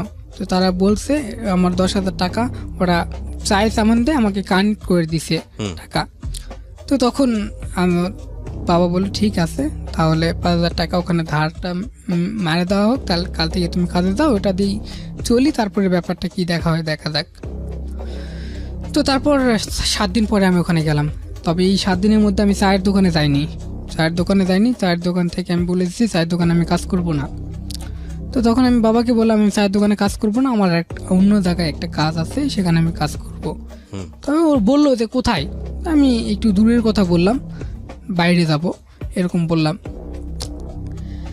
তবে বাসায় আর যেতাম না। 7 দিন পরে ডিরেক্টলি ওর কাছে গেলাম, পলসনের কাছে। হ্যাঁ, পলসনের কাছে। ওকে। গিয়ে ও আমাকে প্রথমে একটা স্কুল ব্যাগ দেয়, স্কুল ব্যাগে করে কিছু জিনিসপত্র দেয়। তবে ব্যাগে কি ছিল আমার তখন ধারণা ছিল না। বয়স তখন 12 বছর? হ্যাঁ, 12 বছর। ওকে। তো আমার ধারণা ছিল না, তখন ব্যাগে করে আমাকে দেয়। তো আমাকে যে অ্যাড্রেস মোতাবেক দেয়, সেই অ্যাড্রেস মোতাবেক আমি পৌঁছায় দিই। পৌঁছায় দেওয়ার পর মানে ও কি বলে যে ব্যাগটা এখানে পৌঁছায় দিবা, ব্যাস এটাই তোমার কাজ? এই Okay. তোমার কাজ শুধু। তো তারপর আমি ব্যাগটা পৌঁছায় দিলাম। ব্যাগটা পৌঁছায় দেওয়ার পরে সেখান থেকে আমাকে 30,000 টাকা দেয়। তো 30,000 টাকা নিয়ে এসে আমি ডাইরেক্ট পলসন ভাইয়ের কাছে দিই। যেখানে ব্যাগ দেন সেখান থেকে 30,000 টাকা দেয়? হ্যাঁ। আচ্ছা। তো 30,000 টাকা নিয়ে এসে ডিরেক্টলি আমি পলসন ভাইয়ের কাছে দিলাম। পলসন ভাই আমাকে ওখান থেকে 10,000 টাকা দিল। 10,000 টাকা দিয়ে 20,000 টাকা তার কাছে রাখলো। 10,000 টাকা আপনাকে দিয়ে দিল? হ্যাঁ। আচ্ছা। তো তখন আমি বললাম যে আমি 10,000 টাকা এখন তুলে আমি বাসায় নিয়ে যাই, 7 দিন আগে 5,000 টাকা দিছি, 7 দিন আগে 5,000 টাকা দিয়েছি, 10,000 টাকা তুলে আমি এখন নিয়ে যাই, তাহলে তো আমার বাসায় সন্দেহ করবে যে আমি কিছু একটা করতেছি। অবশ্যই এটা বাড়তি ইনকাম, এত টাকা আসতেছে কোথা থেকে, অত তো হিসাব দেওয়া যাবে না। তো তারপর সে বলল ঠিক আছে, তোকে একটা ব্যাংকের অ্যাকাউন্ট খুলে দিতে হবে, তোকে একটা অ্যাকাউন্ট খুলে দিই তোর নামেই, তুই ওই অ্যাকাউন্টে টাকা রাখ। তো তখন তাই করলো, আমার নামে একটা অ্যাকাউন্ট খুলে দিল। 12 বছর বয়সে অ্যাকাউন্ট খোলা যায়? 12 বছর বয়সে জন্ম নিবন্ধন দিয়ে খোলা যায় নাকি? উনি খুলে দিয়েছে? হ্যাঁ, উনি খুলে দিছে। আচ্ছা, একটা কথা বলি এখানে, সেটা হচ্ছে আপনি তখনও কি আপনার কোনো আগ্রহ হলো না যে এই সামান্য একটা ব্যাগ দিয়ে আসলাম, সঙ্গে সঙ্গে সে 10,000 টাকা দিল, নিশ্চয়ই সে আমাকে দিয়ে কোনো অবৈধ কাজ করাচ্ছে? তখন সেরকম বোঝার মতন শক্তি আমার ছিল না। বুঝলেও সে কি রাস্তা থেকে আসার মতো সৎ সাহস রাখতো? এখানেও একটা প্রশ্ন। কারণটা দেখেন যে ওর ফ্যামিলিতে একবেলা খাওয়ার মতো অবস্থা নাই। দ্বিতীয় কথা হচ্ছে ওর জন্য ধার দেনা করে, যেখানে ওর চাচাও রোজগার করে না, ওর চাচাকে ও বাবা ডাকে। আর তৃতীয়ত হচ্ছে হলো গরিব মানুষের সামনে, একজন দুস্থ মানুষের সামনে, অভুক্ত মানুষের সামনে যদি একটা পোলাও কোরমা খাওয়ার সুযোগ আসে এবং সেটার মধ্যে কি মেশানো আছে সেই জিনিসটা ভাবা খুব ডিফিকাল্ট ক্ষুধা পেটে। হ্যাঁ, তো আমরা এই জায়গাটা থেকে ওকে চিন্তা করব। ওকে, যাই হোক, বলেন তারপর। তো তারপর আমাকে অ্যাকাউন্ট খুলে দেয়। খুলে দেওয়ার পরে আমি অ্যাকাউন্টে টাকা রাখলাম, ওকে নিয়ে যাই টাকাটা রাখতে হয়। তো এরকম করতে করতে এবার প্রথমবার গেছি, দ্বিতীয়বার গেছিলাম, দ্বিতীয়বার যাওয়ার পরে দ্বিতীয়বার টাকা দেয়নি। 10,000 টাকা দিছিল, 10,000 দ্বিতীয়বার টাকা দেয়নি। তো দেয়নি, আমি কিছু বলিনি। তো ওই আমাকে যে 10,000 টাকা দিছিল, সেই 10,000 টাকা থেকে আমি 2,000 টাকা নিয়ে যায় বাসায় দিছিলাম। 2,000 টাকা আমি এক জায়গায় কাজে গেছি অন্য জায়গায়, সেখান থেকে 2,000 টাকা আমি তোমাকে দিলাম, ধরো। ওকে। তো তারপর আমি আপনি যে স্কুল ব্যাগটা নিয়ে যেতেন, আপনি কি স্কুল ড্রেস পরে যেতেন নাকি শুধু ব্যাগটা নিয়ে চলে শুধু যেতেন? ব্যাগটাই নিয়ে শুধু ব্যাগটা নিয়ে চলে যেতেন, হ্যাঁ। ওকে। তো তারপর এবার তৃতীয়বার যখন আমাকে যেটা দেয় সেটা আমার চোখের সামনে দিয়েছিল, আমার চোখের সামনে দিয়েছিল। তখন আমি ওটা তো অতটা চিনতাম না, তবে কি দেখলেন আপনি? তবে আপনার হচ্ছে মানে টেপ পাচানো কোনো কিছু একটা জাতীয় জিনিস ছিল। তো ওই সময়টাতে আপনি কি মনে করেছিলেন? তো যে ওই কিছু একটা সময়টাতে দিচ্ছে, আমি এমনিতেই আপনার ওই ফটকা মনে করছিলাম। পটকা, হ্যাঁ ওই টেপ পেঁচানো কোনো একটা হ্যাঁ। কিছু। কি রঙের দেখতে? ফটকা কি চারকোনা ব্যাটারির মতো, আচ্ছা ব্যাটারির মতো টেপ পেঁচানো ছিল। আচ্ছা, হ্যাঁ কতগুলো ছিল এরকম? এ ব্যাগ ভর্তি ছিল, পুরো ব্যাগ, স্কুল ব্যাগ ভর্তি? স্কুল ব্যাগ ভর্তি। আচ্ছা। তবে এটা অনেক ভারী হয়ে গেল, অনেক আচ্ছা। ওজন হয়ে যায়। আচ্ছা, তো তখন আমি বললাম এত ভারী জিনিস আমি নিয়ে যেতে পারবো না, আমি এভাবে হেঁটে হেঁটে যাওয়া পারবো না এত ভারী জিনিস নিয়ে। তো তখন বললো তো একটা সাইকেল দিচ্ছি, সাইকেলে করে নিয়ে যা। হুম, তো তখন সাইকেলে করে নিয়ে গেলাম। সাইকেলে করে যেতে যেতে এরকম 3 দিন ঢোয়ালাম একই জিনিসই। তো 3 দিন যাওয়ার পরে তারা আমাকে 20,000 টাকা দিছে। আচ্ছা, সব মিলিয়ে 20,000? হ্যাঁ সব মিলে মিশে টাকা দিচ্ছে। এই কয়দিনের মধ্যে টাকা দেয়নি, 20,000 টাকা দিচ্ছে এবং অ্যাকাউন্টে ম্যানেজ করে দিছে। হুম, হ্যাঁ তো তারপর আমি বাসায় আসলাম একদিন, ফট করে তাদেরকে বলে আমি বাসায় আসলাম। বাসায় আসে ওখান থেকে আমি 10,000 টাকা দিছি, যে আমি একটা কাজ করতেছি, খুব কষ্টের কাজ করতেছি, তবে টাকার আমার অনেক প্রয়োজন বিধায় আমি এই কষ্টের কাজগুলো করতেছি। এটা বলে বাসায়- আপনি বাড়িকে টাকা দিলেন? হ্যাঁ এটা বলে আমি বাড়িতে টাকা দিলাম। তো আমি টাকা দেওয়া দেখে আমার চাচি আমাকে জড়াই ধরে কান্না করতেছে, যে তুই এত ছোট হয়ে তুই এত কামাই করতেছিস, আমাদেরকে দেখতেছিস, যেখানে আমরা তোকে দেখবো তুই আমাদেরকে দেখতেছিস। তো তারপর ওইরকম থাকলাম 2 দিন, থাকি রেস্ট করে আবার ওখানে গেলাম পলচন ভাইয়ের কাছে। পলচন ভাইয়ের ওরা যেখানে থাকতো সেটা হচ্ছে একটা অফিস নামে ছিল, তবে অফিস না, ওটা মানে খাবারের রেস্টুরেন্টের মতো একটা জিনিস ছিল। আচ্ছা, অনেকেই পাবলিক চার দোকান এরকম ছিল, বাইরে চার দোকান ছিল, ভিতরে অনেক কিছু জিনিস রাখতো ওখানে। আচ্ছা। এবং ওখানে যাই আমি প্রথমে দেখি অনেক টাকা, মানে এক সাইডে শুধু টাকারই ব্যাগ, মানে বস্তায় শুধু টাকারই বস্তা ওরে বাবা, ওকে। এরকম। তো আমি ওখান থেকে ও যেগুলো বলছে সেগুলো সত্য? কিভাবে সত্য আমি সেটা আপনাকে প্রমাণ করে দিব। ওই যে টাকার কথা যেটা বললো, যে বস্তা বস্তা টাকা, সেটা কিভাবে সত্য আমি আপনাকে প্রমাণ করে দেবো। কিছুদিন আগেই টেলিভিশনে এটা নিয়ে একটা বড় ধরনের রিপোর্ট হয়েছে। যারা আলটিমেটলি পথের ফকির ছিল তারা এই কাজের সঙ্গে জড়িত হয়ে তাদের আলিশান বাড়ি, কোটি কোটি টাকার বাড়ি, কিভাবে সেটা হয়েছে সেটা সেই জায়গায় আমরা যাচ্ছি ধীরে ধীরে। হ্যাঁ বলুন। তো তারপর আমি ওখানে গেলাম, যাওয়ার পরে ওই আপনার ওখান থেকে এবার ব্যাগে করে ইয়াবা দিচ্ছে। তখন কি আপনি লাল জানতেন? ট্যাবলেট, লাল ইয়াবা ট্যাবলেট তাদের আপনি কাছ তো থেকে- জানতেন না, শুধু জানতেন লাল ট্যাবলেট। হ্যাঁ লাল ট্যাবলেট জানতাম না, আমি জানতাম লাল একটা কোনো একটা ওষুধ দিচ্ছে এটা আমাকে, হ্যাঁ হ্যাঁ।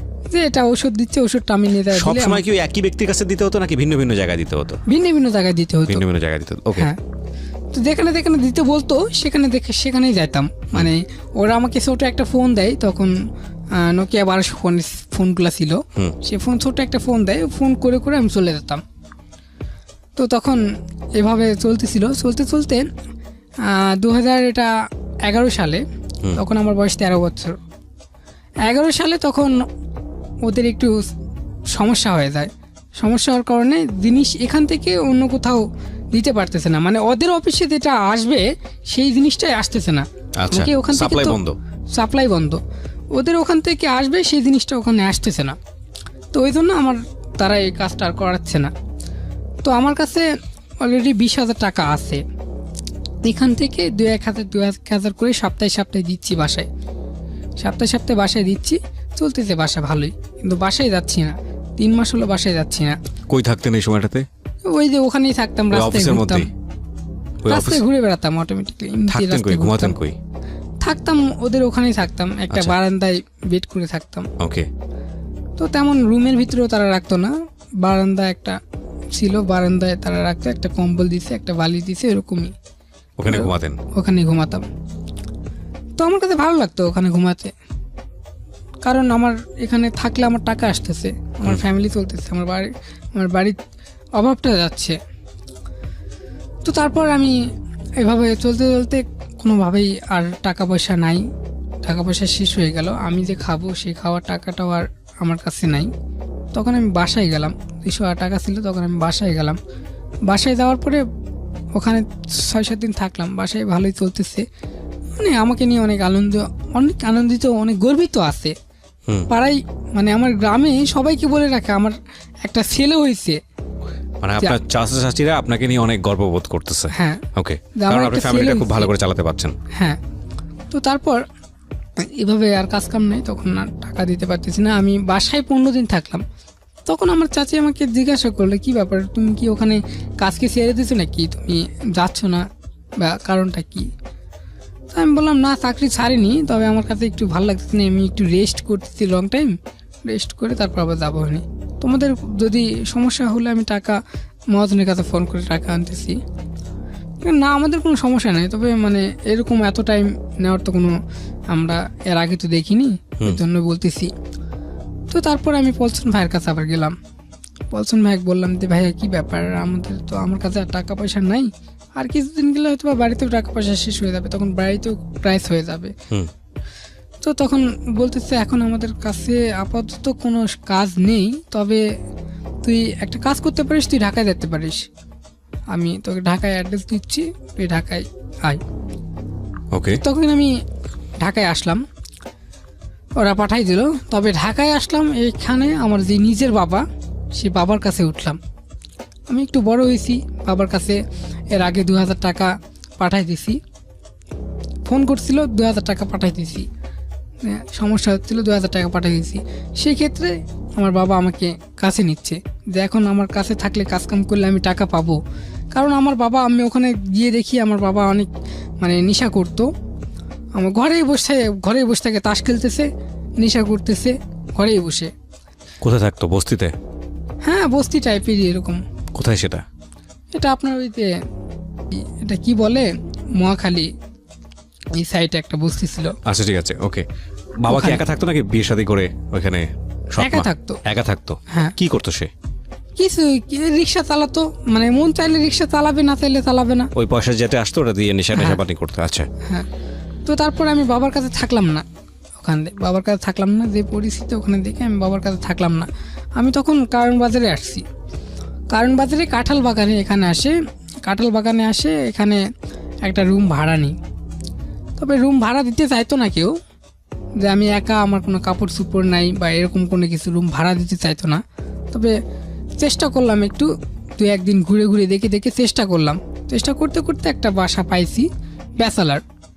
তো ওখানে ব্যাচেলারই থাকলাম, টাকা দিছি, যে অগ্রিম টাকা দিছি, ওই জন্য ব্যাচেলারটা রাখলো, সমস্যা নেই। তো ওখানে আমি থাকলাম, ব্যাচেলার থাকে, তাদের সাথে করতে আমি ওখান থেকে যাইতাম হচ্ছে চট্টগ্রামে। আমাকে এখানে যার কাছে পাঠাইছিল তার নাম হচ্ছে শাপিন। হ্যাঁ, ওই শাপিন ভাই আবার আমাকে আরেক জায়গায় নিয়ে যায়। হ্যাঁ, তো ওই যে জায়গায় নিয়ে যায় তার ভাই হচ্ছে পারভেজ ভাই। হ্যাঁ, ওই শাপিনের বড় পারভেজ, তো ওই পারভেজ ভাই হচ্ছে ওদের লিডার। তো এই পারভেজ ভাইয়ের কাছে যাইতাম। তো এখান থেকে পুরান ঢাকায় যাইতে হতো। হ্যাঁ, পুরান ঢাকায় যাইতে হতো ওই পারভেজ ভাইয়ের কাছে যাই। পারভেজ ভাই আমাকে বলে যে, আমাদের কাছে অ্যাম্বুলেন্স আছে, অ্যাম্বুলেন্সের সাথে তুই চট্টগ্রাম যা। তা আমি চট্টগ্রাম যাইতাম, সমস্যা হতো না, চট্টগ্রাম প্রথম যখন আমি চট্টগ্রামে গেছি, মানে আমি গিয়ে দেখি, মানে ওখানে সাইনবোর্ড, আমি তো জায়গা তো চিনি না, সাইনবোর্ড দেখে আমি দেখতেছি এটা চট্টগ্রাম, ওখানে চট্টগ্রাম সাইনবোর্ড আছে। তো তারপর চট্টগ্রামে ওখানে আমাকে রেখে অ্যাম্বুলেন্স নিয়ে গেল তারা কক্সবাজার নিয়ে যাওয়ার পরে কক্সবাজার থেকে তারা আসে মনে করেন যে ভর্তি করে, অ্যাম্বুলেন্স ভর্তি, শুধু বস্তা ভর্তি ইয়াবা। তো তখন আমি নামটাম সবই জানি, এটা তখন নার্সারে দেখতাম ওখানে। তখন আপনি ঢাকাতে? হ্যাঁ, তখন আমি ঢাকাতে। তো আপনার কাজটা কি ছিল এখানে? ওই কাজ ছিল শুধু অ্যাম্বুলেন্সের সাথে যাওয়া, মানে প্রথম অবস্থায় তারা অ্যাম্বুলেন্সের সাথে চট্টগ্রাম পর্যন্ত নিয়ে গেল, ওই বাকি ওইদিকে আর নিয়ে গেল না। আচ্ছা, তারপর আপনি যখন রিটার্ন আসতেছিলেন তখন অ্যাম্বুলেন্স ভর্তি আবার? হ্যাঁ, তখন চট্টগ্রামে তখন নিয়ে আসলো, তখন দেখলাম অ্যাম্বুলেন্স ভর্তি। কত সালের ঘটনা এটা? এটা হচ্ছে আপনার 2012 সালে। আপনারা আজকে এখানে কিছু জিনিস জানবেন, যে ইয়াবাটা কিভাবে পাচার করা হয়, কিভাবে এটা আসে, কোন কোন যানবাহনের মাধ্যমে আসে, এবং জেনে অবাকই হবেন অনেকখানি।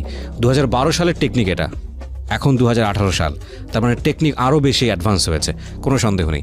তুমি ফার্স্ট টাইম দেখলেন যে অ্যাম্বুলেন্সে করে বস্তা বস্তা ইয়াবা আসতেছে, আসলেই কি বস্তা বস্তা? হ্যাঁ, বস্তা বস্তা বস্তা ভর্তি। ওকে, তারপর? তো তারপর ওখান থেকে আমি আসলাম, আসার পরে এখানে আসে ওরা, অ্যাম্বুলেন্সে যখন আসে তখন কি অ্যাম্বুলেন্সে সাইরেন টাইরেন সবকিছু বাজতে হ্যাঁ থাকে? সাইলেন্ট সব কিছু বাজায়, এবং আমাকে শুধু ওখানে নেওয়া হতো যে সাদা কাপড় দিয়ে বেডশিটের দিয়ে আমি শুয়ে আছি। ও, আপনি ওখানে রোগী সাজে থাকতেন? রুগী সিটে থাকতাম, এবং আচ্ছা। অক্সিজেন লাইন থাকতো, কিন্তু মানে অক্সিজেন লাইন বন্ধ থাকতো, অক্সিজেন এক থাকতো মুখে লাগানো থাকতো, হ্যাঁ, আপনার শুধু কাজ হচ্ছে ওখানে রোগী সেজে থাকা। হ্যাঁ। আচ্ছা। তো তারপরে আমি আসতেছি, এখান থেকে আসার পরে পুরান ঢাকায় ওটা ঢুকাইতে হয়। পুরান ঢাকায় ঢুকাই, ওখান থেকে আমার ডিউটি শেষ। ওখান থেকে আবার টোকাই রূপে কিছু ছেলে পেলে সাজায়, টোকাই রূপে সাজায়, ওখান থেকে বিভিন্ন জায়গায় ছিটায়। ওখান থেকে ওই জিনিসপত্রগুলা, জিনিসপত্রগুলো ওখান থেকে টোকাই রূপ থেকে বিভিন্ন জায়গায় ছড়ায়। তো তারপর আমার ডিউটি শুধু অ্যাম্বুলেন্সে সাথে যাওয়া, শুধু রুগীর ভানটা করা, এতটুকুই। তো আমি এরভাবে কাজ করতেছি। অ্যাক্টিভ গেলে আমাকে 5,000-7,000 টাকা দেয়, মানে সর্বনিম্ন 5,000 টাকা দেয়। তো এরকম কাজ করতে করতে 5,000 টাকা 7,000 টাকা করে পাচ্ছি, করতে করতে এরকম 1 বছর চলে যায়। কতগুলো ট্রিপ মারেন এরকম 1 বছরে 1 বছরে আপনার হচ্ছে 4 দিন 5 দিন পর পর একটা করে টিপ মারা হয়। তার মানে আপনি প্রচুর টাকা ইনকাম করেছেন 1 বছরে। হ্যাঁ। কত টাকা হতে পারে ওই বছরে আনুমানিক? ওই বছরে আপনার ওই বছরে আমি ইনকাম করেছিলাম 2,30,000 টাকা। বিরতি নেব প্রিয় শ্রোতা। পথের ফকির আমির হওয়ার মতো অবস্থা, কিন্তু ওই যে একটা কথা আছে না যে পাপ নাকি বাপকেও ছাড়ে না, এই ছেলেটাকে দিয়ে আমরা শুধু পাপের ফলাফলটা কি সেটা দেখব। বাট এটা মনে রাখবেন যে এই মাদক ব্যবসা করে শুধু বাংলাদেশে না, দেশের বাইরেও কোটি কোটি বিলিয়ন বিলিয়ন ডলারের মালিক হয়েছে, তাদেরকে নিয়ে হলিউডের ছবি পর্যন্ত নির্মিত হয়েছে, সেরকম ঘটনাও আমরা জানি, কিন্তু শেষ পর্যন্ত এটার রেজাল্ট ভালো হয় না।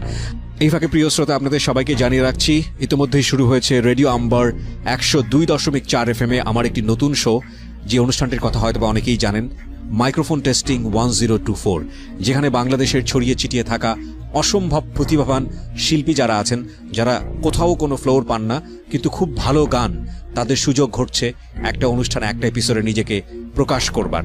আপনি যদি খুব ভালো গান করেন এবং আপনি যদি মনে করেন এই অনুষ্ঠানটিতে আপনি অংশগ্রহণ করবেন, তাহলে এই নাম্বারটিতে ফোন দিতে হবে, এবং নাম্বারটিতে ফোন দিয়ে ফোন থেকে আপনি যে নির্দেশনা পাবেন সেই অনুসারে আপনি কাজটি করবেন।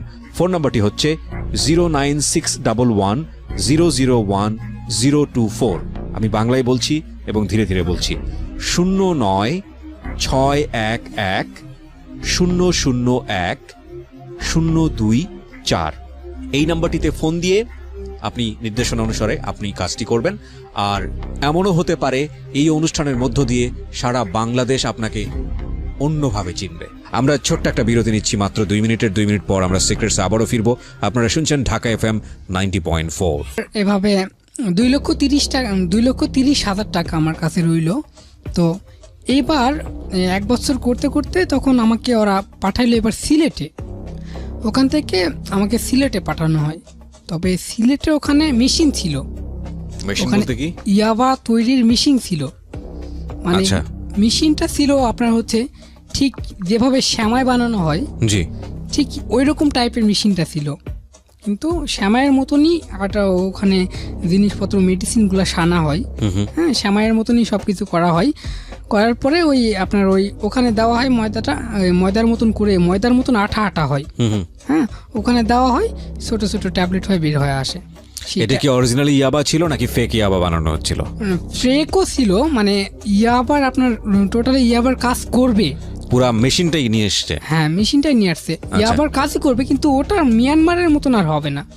ওকে, তার মানে আপনারা বুঝে নিতে পারেন যেটা আসলে অরিজিনাল না, এটা আসলে ফেক।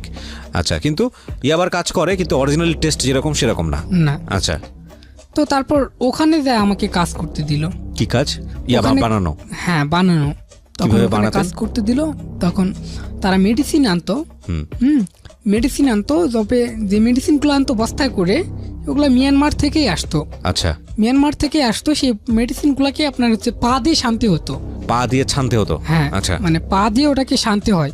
পা দিয়ে শানার পরে সেটাকে আপনার হচ্ছে একটা আঠার মতন একটা জাতীয় জিনিস থাকে, হ্যাঁ, তবে এগুলোর নাম আমি জানি না, আচ্ছা। নাম ওরা মানে বলে সমস্যা না। নেই, আপনি যেভাবে যা করেছেন বলেন। হ্যাঁ, তো তখন ওই জিনিসগুলা ওটার মধ্যে দিতে হয়, দিলে পরে জিনিসটা মানে শুকিয়ে আসে।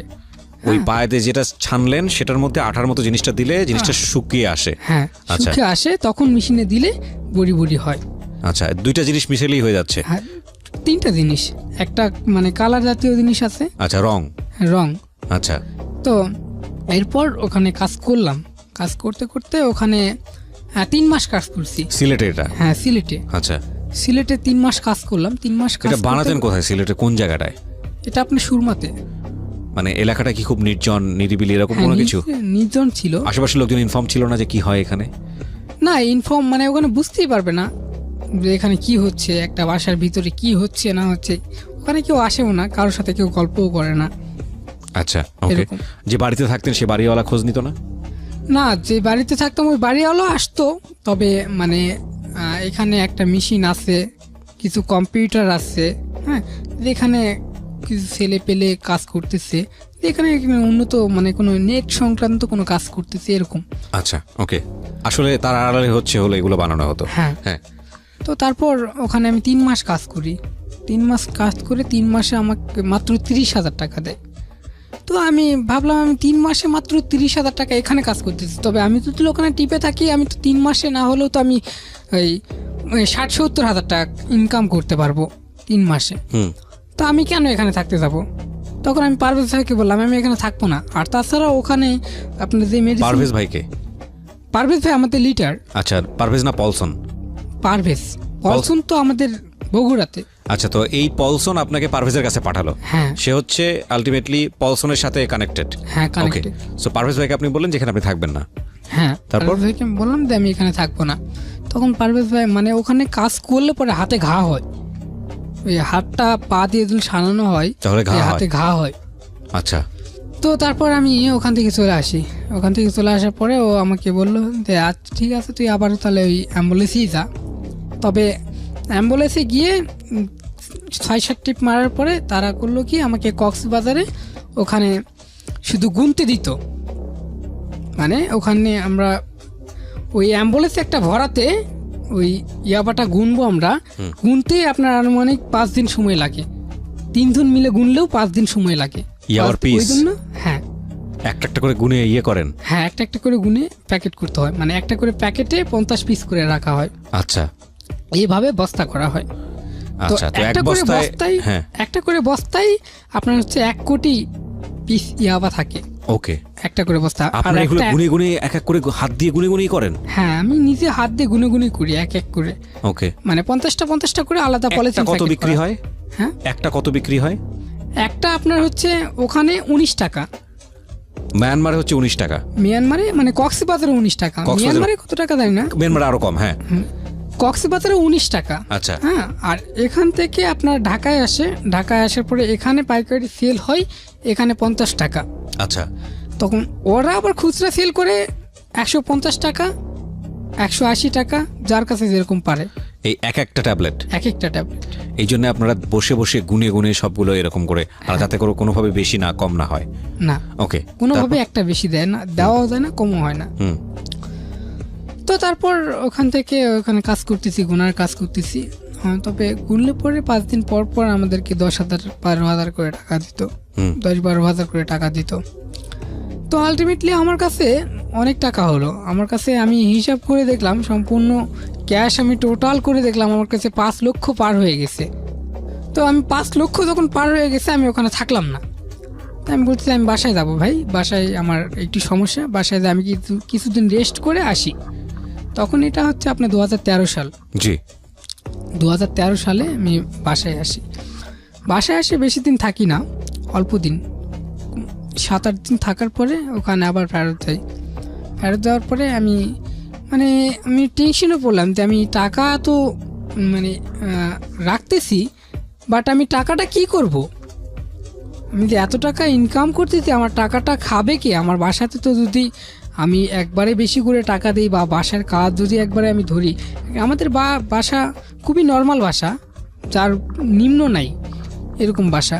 তো আমি যদি বাসাতে যদি একবারে কাজ ধরি, বাসায় টাকাও দিচ্ছি, বাসায় আমি কাজও করতেছি, তখন বাসায় একটা বাড়তি প্রশ্ন হয়ে যাবে, আশেপাশের লোকজন সন্দেহ করবে, আশেপাশের লোকজন সন্দেহ করবে যে এত টাকাও মানে কি এমন করতেছে, ও 14-15 বছর বয়সে কি এমন করতেছে যে তারা এত লাখ টাকা লাখ হয়ে টাকা গেল। ইনকাম করছে। হ্যাঁ, তো তখন আমি মানে বিশাল টেনশনে পড়লাম আমি এটা। তো তখন আমি আমার বাসায় তখন কিছুদিন রেস্ট করলাম, আমি ওখানেই রেস্ট করলাম, কক্সবাজারেই রেস্ট করলাম। ওখানে গিয়ে ঘুরতেছি ফিরতেছি, ঘুরে ফিরে কিছু টাকা উড়াচ্ছি। তো ঘুরে ফিরে কিছু টাকা মানে নষ্ট করতেছি। তো তখন আমি চিন্তা করলাম টাকাগুলো নষ্ট না করে আমাদের কিছু অনেক আছে না টোকাই ছেলে পেলে, মানে যারা দেখতেছি রাস্তাঘাটে ঘুমাচ্ছে, তাদেরকে আমি কিছু টাকা দিই, এরকম করে টাকা 500-700 এরকম করে টাকা দিই, হ্যাঁ 500-700 করে দিতে থাকি। তো তখন আমি চিন্তা করলাম যে আমি টাকাগুলো নষ্ট না করে তাদেরকে দিলে তাদের একটা উপকার হবে, আমার কাছে মনে হচ্ছে। তো তখন আমি অলরেডি কিন্তু আমি বুঝতেছি যে আমি কোন লেভেলে আছি, বুঝতে পারতেছি যে আমি কোন লেভেলে আছি, কিন্তু আমার এমন একটা পরিস্থিতি হয়ে গেছে আমি কোনো চাপের কাজ করতে পারতেছি না। এখন আমি চাপের কাজ কোনো করতে পারি না, একটু চাপের কাজ, আগে যেরকম চার দোকানে দৌড়াদৌড়ি করে কাজ করতাম, এরকম কোনো চাপের কাজ করতে পারতেছি না। আমার শরীর অনেক ভারী লাগতেছে। আচ্ছা, এরকম মানে একটু বসে থাকার জন্য, হ্যাঁ বসে থাকার জন্য একটু কাজ করলেই শরীর ক্লান্ত হয়ে যাচ্ছে। তো সেই কারণে আমি ওই লাইন থেকে যে সরে আসবো সেরকম কোনো পরিস্থিতি আমার কাছে হচ্ছে না। আমি একটু চাপের কাজ, আমি বাসায় গেলাম, বাসায় যাই কিছুদিন কৃষি কাজ করে দেখলাম। কৃষি কাজ করে মানে যদি 1 ঘন্টা কাজ করি মিনিমাম 1 ঘন্টা আমাকে বসে থাকতে হচ্ছে। এর আগে আমি কোনো কাজ করতে পারতেছি না, অনেক শরীর হাঁপাচ্ছে। তো তারপর আমি এরকম এই জন্য আমি ওখান থেকে আর আসতে পারতেছি না, তখন আমি ওখানেই থাকলাম। তো থাকতে থাকতে এরকম করে কিছু টাকা ওদেরকে দিই, এরকম দিতে দিতে মানে তাদেরকে দিয়ে তখন আমি নিজে একটা কাজ করতে শুরু করলাম, যে আমি নিজে কিছু ইয়াবা কিনে আমি ওখান থেকে আনতে পারবো। তো তখন আমি অনেক চিন্তা ভাবনা করলাম, চিন্তা ভাবনা করতে করতে আমি অ্যাম্বুলেন্স ভাড়া নিই, হ্যাঁ 10,000 টাকা 12,000 টাকা যেখানে আপনার হচ্ছে ওখান থেকে মানে কক্সবাজার থেকে আপনার বগুড়াতে আসতে, হ্যাঁ 12-13,000 15,000 টাকা পর্যন্ত রাখে। তা আমি তাদেরকে 30,000 টাকা দিতাম, যে আমার একটা টিপ নিয়ে যেতে হবে। কিন্তু প্রত্যেক দিন একটা করে অ্যাম্বুলেন্স দিলাম, অ্যাম্বুলেন্সের ভিতরে কি আছে তোদের জানার দরকার নেই, তবে তুই একটা করে টিপ নিয়ে যাবি, তার বিনিময়ে 30,000 টাকা করে তুই পাচ্ছিস, এবং নাস্তা পানি খরচপাতি তেল খরচ সব মনটা আমার, সমস্যা নেই। তো তখন আমি ওখান থেকে ওই ইয়াবা নেওয়া শুরু করলাম। প্রথমে আমি মাত্র 2 কোটি ইয়াবা নিছি, প্রথম অবস্থায় 2 কোটি মানে 2 বস্তা, 2 বস্তা ইয়াবা নিছি প্রথম অবস্থায়। নিয়ে আসে আমি পলচন ভাইয়ের কাছে দিছি। তো তখন পলচন ভাই আমার ইয়াবা যখন তার ব্যবসা কিন্তু অনেকটাই বন্ধ ছিল, মানে টুকটাক কাজ করতো। তখন আমি পলচন ভাইয়ের কাছে আমি আনলাম। পলচন ভাই তখন সেগুলা পায়ে অনেক খুশি হচ্ছে যে তুই আমাকে এত, মানে ওখান থেকে 19 টাকা দামে আনতাম, ঢাকায় বিক্রি হতো 50 টাকা, আমার ওখানে বগুড়া যদি নিয়ে যাই তাহলে আমার বিক্রি হচ্ছে 80 টাকা, একটু খরচের পরিমাণটা বেশি হয়ে যাচ্ছে। তো তারপর ওখানে দিলাম, 2 টিপ দিছি, 2 টিপ দিয়ে ওখান থেকে মেলা টাকা পেলাম আমি। আপনার হচ্ছে মানে পলচন ভাই একবারে টাকা দিতে পারেননি, ওটা বিক্রি করতেছে টাকা দিচ্ছে, বিক্রি করতেছে টাকা দিচ্ছে। আর ওর যে টাকা পয়সা ছিল সে টাকা পয়সার পুলিশ রেড পরে টাকা পয়সা সম্পূর্ণ হারায় ফেলছিল, হ্যাঁ ওই জন্য তার ব্যবসার পরিস্থিতি খারাপ হয়ে গেছিলো। তো আমারটা পায়ে সে নতুন করে আবার জাগ্রত হয়েছে। তো জাগ্রত হওয়ার পরে আবার আমি দ্বিতীয়বার যখন আনার পরে আমাদের অ্যাম্বুলেন্সে তখন পুলিশ রেড পড়ে। অ্যাম্বুলেন্সে পুলিশ রেড পড়ে বলতে গেলে এটা 2013 সালের প্রথম 13 সালের দিকে, হ্যাঁ তখন আপনাদের হচ্ছে কাশপুর ধর্মঘট শুরু হয়েছিল, ওকে, মানে গার্মেন্টস শ্রমিকরা ধর্মঘট শুরু হয়েছিল। সেখানে অ্যাম্বুলেন্স অ্যাক্সিডেন্টে পড়ে থাকতো, মানে জ্যামে পড়ে থাকতো, ওখানে ধর্মঘট হচ্ছে জ্যামে পড়ে থাকতো। তখন আমি পারভেজ ভাইকে বললাম যে আমার কিছু মাল আসতেছে, যে এখন তো মানে জ্যামের মধ্যে পড়ে আসি, এটা কি করা যায়। তখন মানে পুলিশ দেখতেছে যে ওখানে পুলিশ টুলি সবই আছে, তো অ্যাম্বুলেন্সে কেউ নাই, অ্যাম্বুলেন্স ছাড়লে সমস্যা নেই, থাক ওখানে আসে থাক। তো তারপর আমি পারভেজ ভাইকে ফোন দিলাম। পারভেজ ভাই মনে করেন যে 20-30টা ছেলে পেলে পাঠাই দিল। 20-30টা ছেলে পেলে পাঠাই দিয়ে ওখানে ককটেল ফাটায়ে ছত্রভঙ্গ করে দিল। তো ছত্রভঙ্গ করে দেওয়ার পরে সব কিছু ছুটাছুটি হওয়ার পরে আপনার সবাই চলে যায়, পুলিশ চলে আসার পরে অ্যাম্বুলেন্স আমি ছাড়ে দিই। তো অ্যাম্বুলেন্স সবার ফার্স্টে ছিল, অ্যাম্বুলেন্স ছাড়ে দেওয়ার পরে আপনার এই অ্যাম্বুলেন্সটা আমার আপনার হচ্ছে সিরাজগঞ্জে সে অ্যাক্সিডেন্ট হয়। ওকে।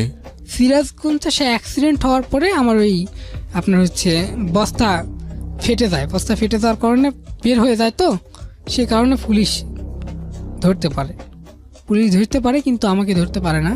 ড্রাইভার সহকারে অ্যাম্বুলেন্স ওখানে রেখে আমরা পালাই যাওয়ার পরে আমি ডিরেক্টলি ওখান থেকে আমি ঢাকায় আসি পারভেজ ভাইকে বললাম এরকম বৃত্তান্ত। তো তখন পারভেজ ভাই বলতে কোনো সমস্যা নেই, আমি দেখতেছি বিষয়টা। তো তখন পারভেজ ভাই ওখানে ফোন করছে সিরাজগঞ্জে, ফোন করে কি করতেছে, কার সাথে লিঙ্ক আছে, অনেক বড় মানুষের সাথে লিঙ্ক আছে তার। তো ওখান থেকে দেখলাম আমার অ্যাম্বুলেন্স সহকারে ভাঙ্গা অবস্থায় অ্যাম্বুলেন্স সহকারে ঢাকায় চলে আসছে, ওই বস্তা টস্তা সব সম্পূর্ণ। তো তারপর আমি ঢাকা থেকে ওই মানে যেটা আপনি রাস্তায় ফেলে আসলেন সেটা ভাঙ্গা অবস্থায় ঢাকায় চলে আসছে, ঢাকায় বস্তা সহ। বস্তা সহ সম্পূর্ণ। ওকে। থানায় তারা নিয়ে গেছিলো, থানায় থেকে তারা এখানে নিয়ে চলে আসছে, মানে পারভেজের লোক যায় নিয়ে চলে আসছে। ওকে। তো নিয়ে আসার পরে ওটা পারভেজ রাখলো, ওই ইয়াবাটা পারভেজ রাখার পরে ওদের ওখান থেকে আমাদের ওই অ্যাম্বুলেন্সটা তখন ভেঙে আমার অ্যাম্বুলেন্স ওটা ছিল, অ্যাম্বুলেন্সটা তখন ভেঙে যাওয়ার পরে কাজকাম টোটাল অফ হয়ে যায়। ওকে। একটুটা অনেকটা অফ হয়ে যায়। আর পারভেজেরও তখন কাজ ছিল না, তখন অনেকটা মানে 13 সালের দিকে অনেকটা অবরোধ অবস্থায় ছিল। হ্যাঁ, অবরোধ থাকার কারণে ওখান থেকে জিনিসপত্র আনা অনেক ট্রাফ হয়ে যেত, অনেক কষ্টকর হয়ে যেত। ওকে। তো তারপর কাজ করতেছি, ওখানে কোনো কাজ কাম নাই, এমনিতেই নর্মালি ঘুরে বেড়াই, নর্মালি ওদের ওখানে থাকি। পারভেজ ভাইয়ের ওখানে থাকলেই 200-500 এরকম করে দিত। কিন্তু আমার কাছে যে টাকাগুলো ছিল, আমি অলরেডি যে টাকাগুলো আনছিলাম প্রথম অবস্থায় পারভেজের কাছে যে টাকাগুলো আমি ইয়াবাগুলো দিয়েছিলাম, দেওয়ার পরে তার কাছ থেকে শুধু 50,000 টাকা পেয়েছি। মানে আমার ওখানে 90 লাখ টাকার মাল ছিল। 90 লাখ টাকার মাল ছিল, কিন্তু শুধু 50,000 টাকা পাইছি, আর বাকি টাকাটা ওই এখনও দেয়নি। পলসন। হ্যাঁ, পলসন, বাকি টাকাটা আমাকে এখনও দেয়নি। তো আমার টোটাল ক্যাশ ইনভেস্ট ছিল ওখানে। ওকে। ওখানে টোটাল ক্যাশ ইনভেস্ট ছিল, এবং যেখান থেকে আমি বাকি আনছিলাম জিনিসটা, ওখানে টাকাগুলো আমি কাজ করে ওখানে টাকা দিতে হতো। তো এদের সাথে থাকে কিছু টাকা করে তাদের কাছে টাকা দিতাম। তো তখন টোটালি কাজ কাম অফ হয়ে যায়, তখন আর কি করব, ওদের সাথে থাকতে একদের ওখানে আর একটা দল ছিল, বিরোধী দল, মানে ছোটোখাটো, ওটা আপনাদের অপোজিশন। হ্যাঁ, আমাদের অপোজিশন, কিন্তু ছোটোখাটো ওটা। তো তাদের সাথে আমি লাগি, তাদের সাথে আমি যোগ হই। হ্যাঁ, তো তারা নর্মালি এই আপনার হচ্ছে এখানে ছোটোখাটো ছিনতাই করতো। তো একদিন হঠাৎ করেই এক জায়গায় গেলাম, চিটাগাং রোডে ছিনতাই করতে।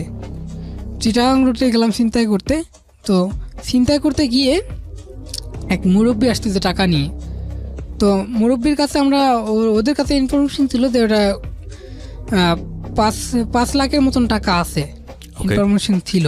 তো তখন আমি ওখানে গেলাম, যাওয়ার পরে একসঙ্গে সান দিলাম। তখন ধরলাম মুরব্বিকে, ধরার পরে মানে অলরেডি মুরব্বি ধরছি, ধরার পরেই একটা গাড়ি ফট করে আসে, ব্রেক করে। ওখানে ব্রেক করার পরে ওই ধর বলছে, আমরা দৌড় মারছি। হ্যাঁ, ভয়ে দৌড় মারার পরে কিছুক্ষণ পরে পুলিশ ওখানে আর অলরেডি চলে আসছিল। পুলিশ আসার পরে আমাদেরকে পুলিশে ধাওয়া করে অনেক ধাবড়ায় নিয়ে যাওয়ার পরে আমাকে অনেক মারধর করে, পুলিশে ধরে ফেলছে, আমাকে ধরে ফেলে অনেক মারধর করার পরে আমাকে ওই নারায়ণগঞ্জ জেলাতে নিয়ে যায়। যেহেতু কাশপুর থানাটা নারায়ণগঞ্জ জেলাতে নিয়ে যায়, নারায়ণগঞ্জ জেলে তখন থাকলাম। সেকেন্ড টাইম জেল আপনার জন্য? হ্যাঁ, সেকেন্ড টাইম। তো নারায়ণগঞ্জ জেলে থাকলাম, এটা ছিনতাই মামলায়। তো নারায়ণগঞ্জ জেলে ওখানে থাকতে থাকতে ওখানে কয়েকটা ছেলেপেলের সাথে পরিচিত হলো, কিন্তু আমাকে পারভেজ ভাই জামিন করছে আর 12 দিনের মাথায় পারভেজ ভাই আমাকে জামিন করছে। জামিন করার পর আমাকে ও আনার পরে বলতেছে ওরকম ছোটোখাটো কাজে যায় আমাদের নামটা নষ্ট করিস না, এইবার তোকে জামিন করলাম, দ্বিতীয়বার কিন্তু গেলে আমি জামিন করতে পারবো না। তো তারপর ওদের সাথে এরকম করতে থাকি। কিন্তু আমি যেখানে থাকতাম, যে পুরান ঢাকাতে থাকতাম, ওখানে আমাদের কাজকাম যেহেতু নাই, ওখানে থাকতাম। ওই পারভেজ ভাই আমাকে কিছু করে টাকা দিত, 500-600 টাকা দিত। সেই টাকা দিয়ে কোনো রকম চলতেছিলাম।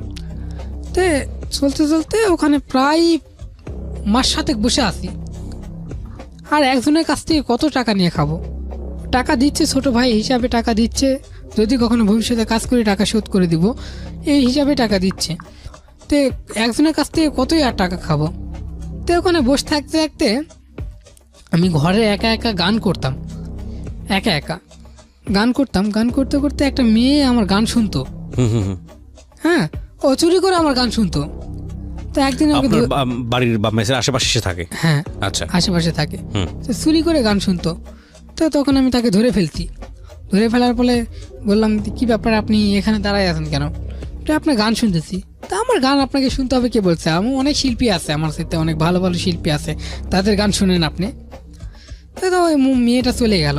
কিন্তু আমি প্রতিদিনই ওই খাবারের সময় হলে, লাঞ্চের সময় হলে লাঞ্চ করে একা একা থাকতাম, ভাল লাগতো না, গান করতাম। হ্যাঁ, একা একাই ফোনে কথা বলতাম কারোর সাথে। তো এরকম গান করতে করতে একদিন মেয়েটা আমাকে প্রপোজ করে, বলতেছে যে ভাইয়া একটা কথা বলবো, তোমাকে আমার অনেক ভাল লাগে। মেয়েটা বললো এটা? মেয়েটা বললো। আচ্ছা, তোমাকে এটা আমাকে অনেক ভাল লাগে। তো আমি বললাম, আমাকে ভাল লাগলে তো হবে না, আমার সম্পর্কে তুমি কি জানো? গল্পটা ঘুরে গিয়েছে প্রিয় শ্রোতা, নিঃসন্দেহে, কারণ যে ধরনের দুর্ধর্ষ ব্যাকগ্রাউন্ডে আমরা ছিলাম সেখান থেকে একটা অন্যরকম বিষয় আসছে। তবে আমরা আবারও ফিরবো সেই দুর্ধর্ষ জায়গা থেকেই। মাত্র কয়েক মিনিটের বিরতি। এই ফাঁকে প্রিয় শ্রোতা, আপনাদের সবাইকে জানিয়ে রাখছি ইতিমধ্যেই শুরু হয়েছে রেডিও আম্বার 102.4 FM আমার একটি নতুন শো, যে অনুষ্ঠানটির কথা হয়তো বা অনেকেই জানেন, মাইক্রোফোন টেস্টিং 1024, যেখানে বাংলাদেশের ছড়িয়ে ছিটিয়ে থাকা অসম্ভব প্রতিভাবান শিল্পী যারা আছেন, যারা কোথাও কোনো ফ্লোর পান না কিন্তু খুব ভালো গান, তাদের সুযোগ ঘটছে একটা অনুষ্ঠানে, একটা এপিসোডে নিজেকে প্রকাশ করবার।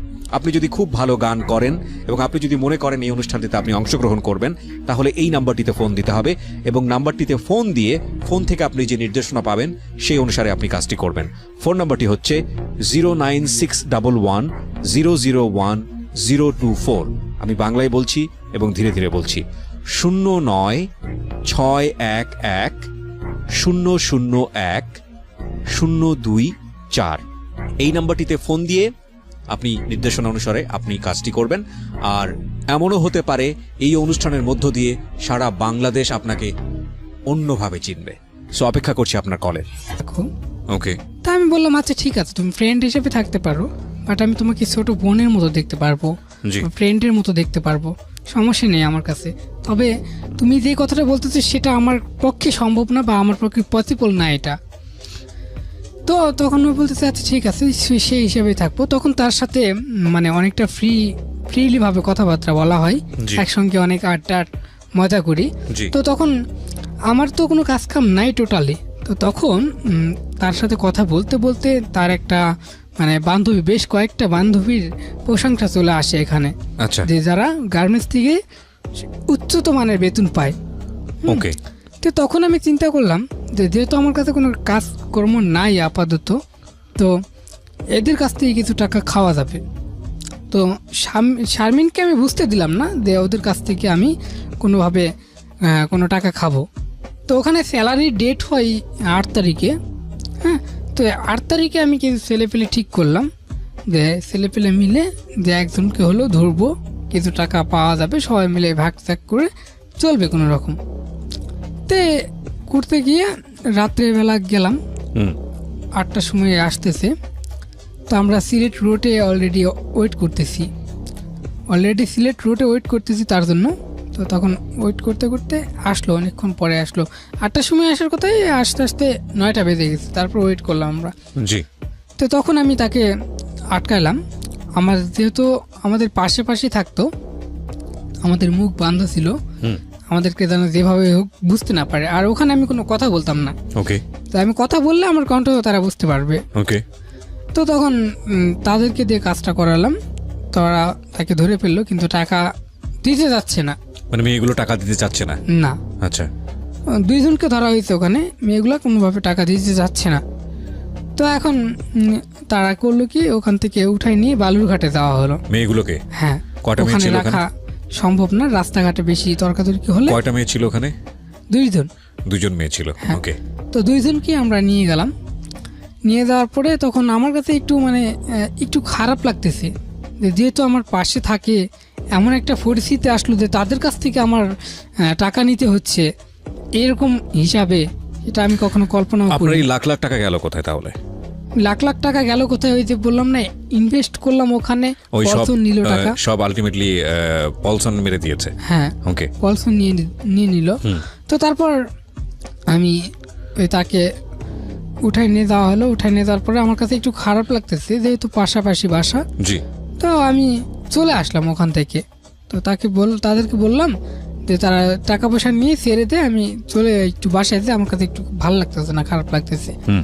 তো আমি বাসায় চলে আসলাম। বাসায় চলে আসার পরে বাসায় থাকলাম, সারা রাত ঘুমাইনি, চিন্তা ভাবনা করলাম অনেক যে কী ব্যাপার, এরকম করে তো আর চলবে না, কিছু একটা করতে হবে। আর এরকম করে কয়দিন থাকা যাবে, সম্ভব তো না। তো আমি সকালবেলা ওখানে গেলাম, তারা ফোন টোন আর করেনি। সকালবেলা আমি গেলাম, সকালবেলা গিয়ে দেখি তারা অলরেডি ওখানে রেপ করে ফেলছে।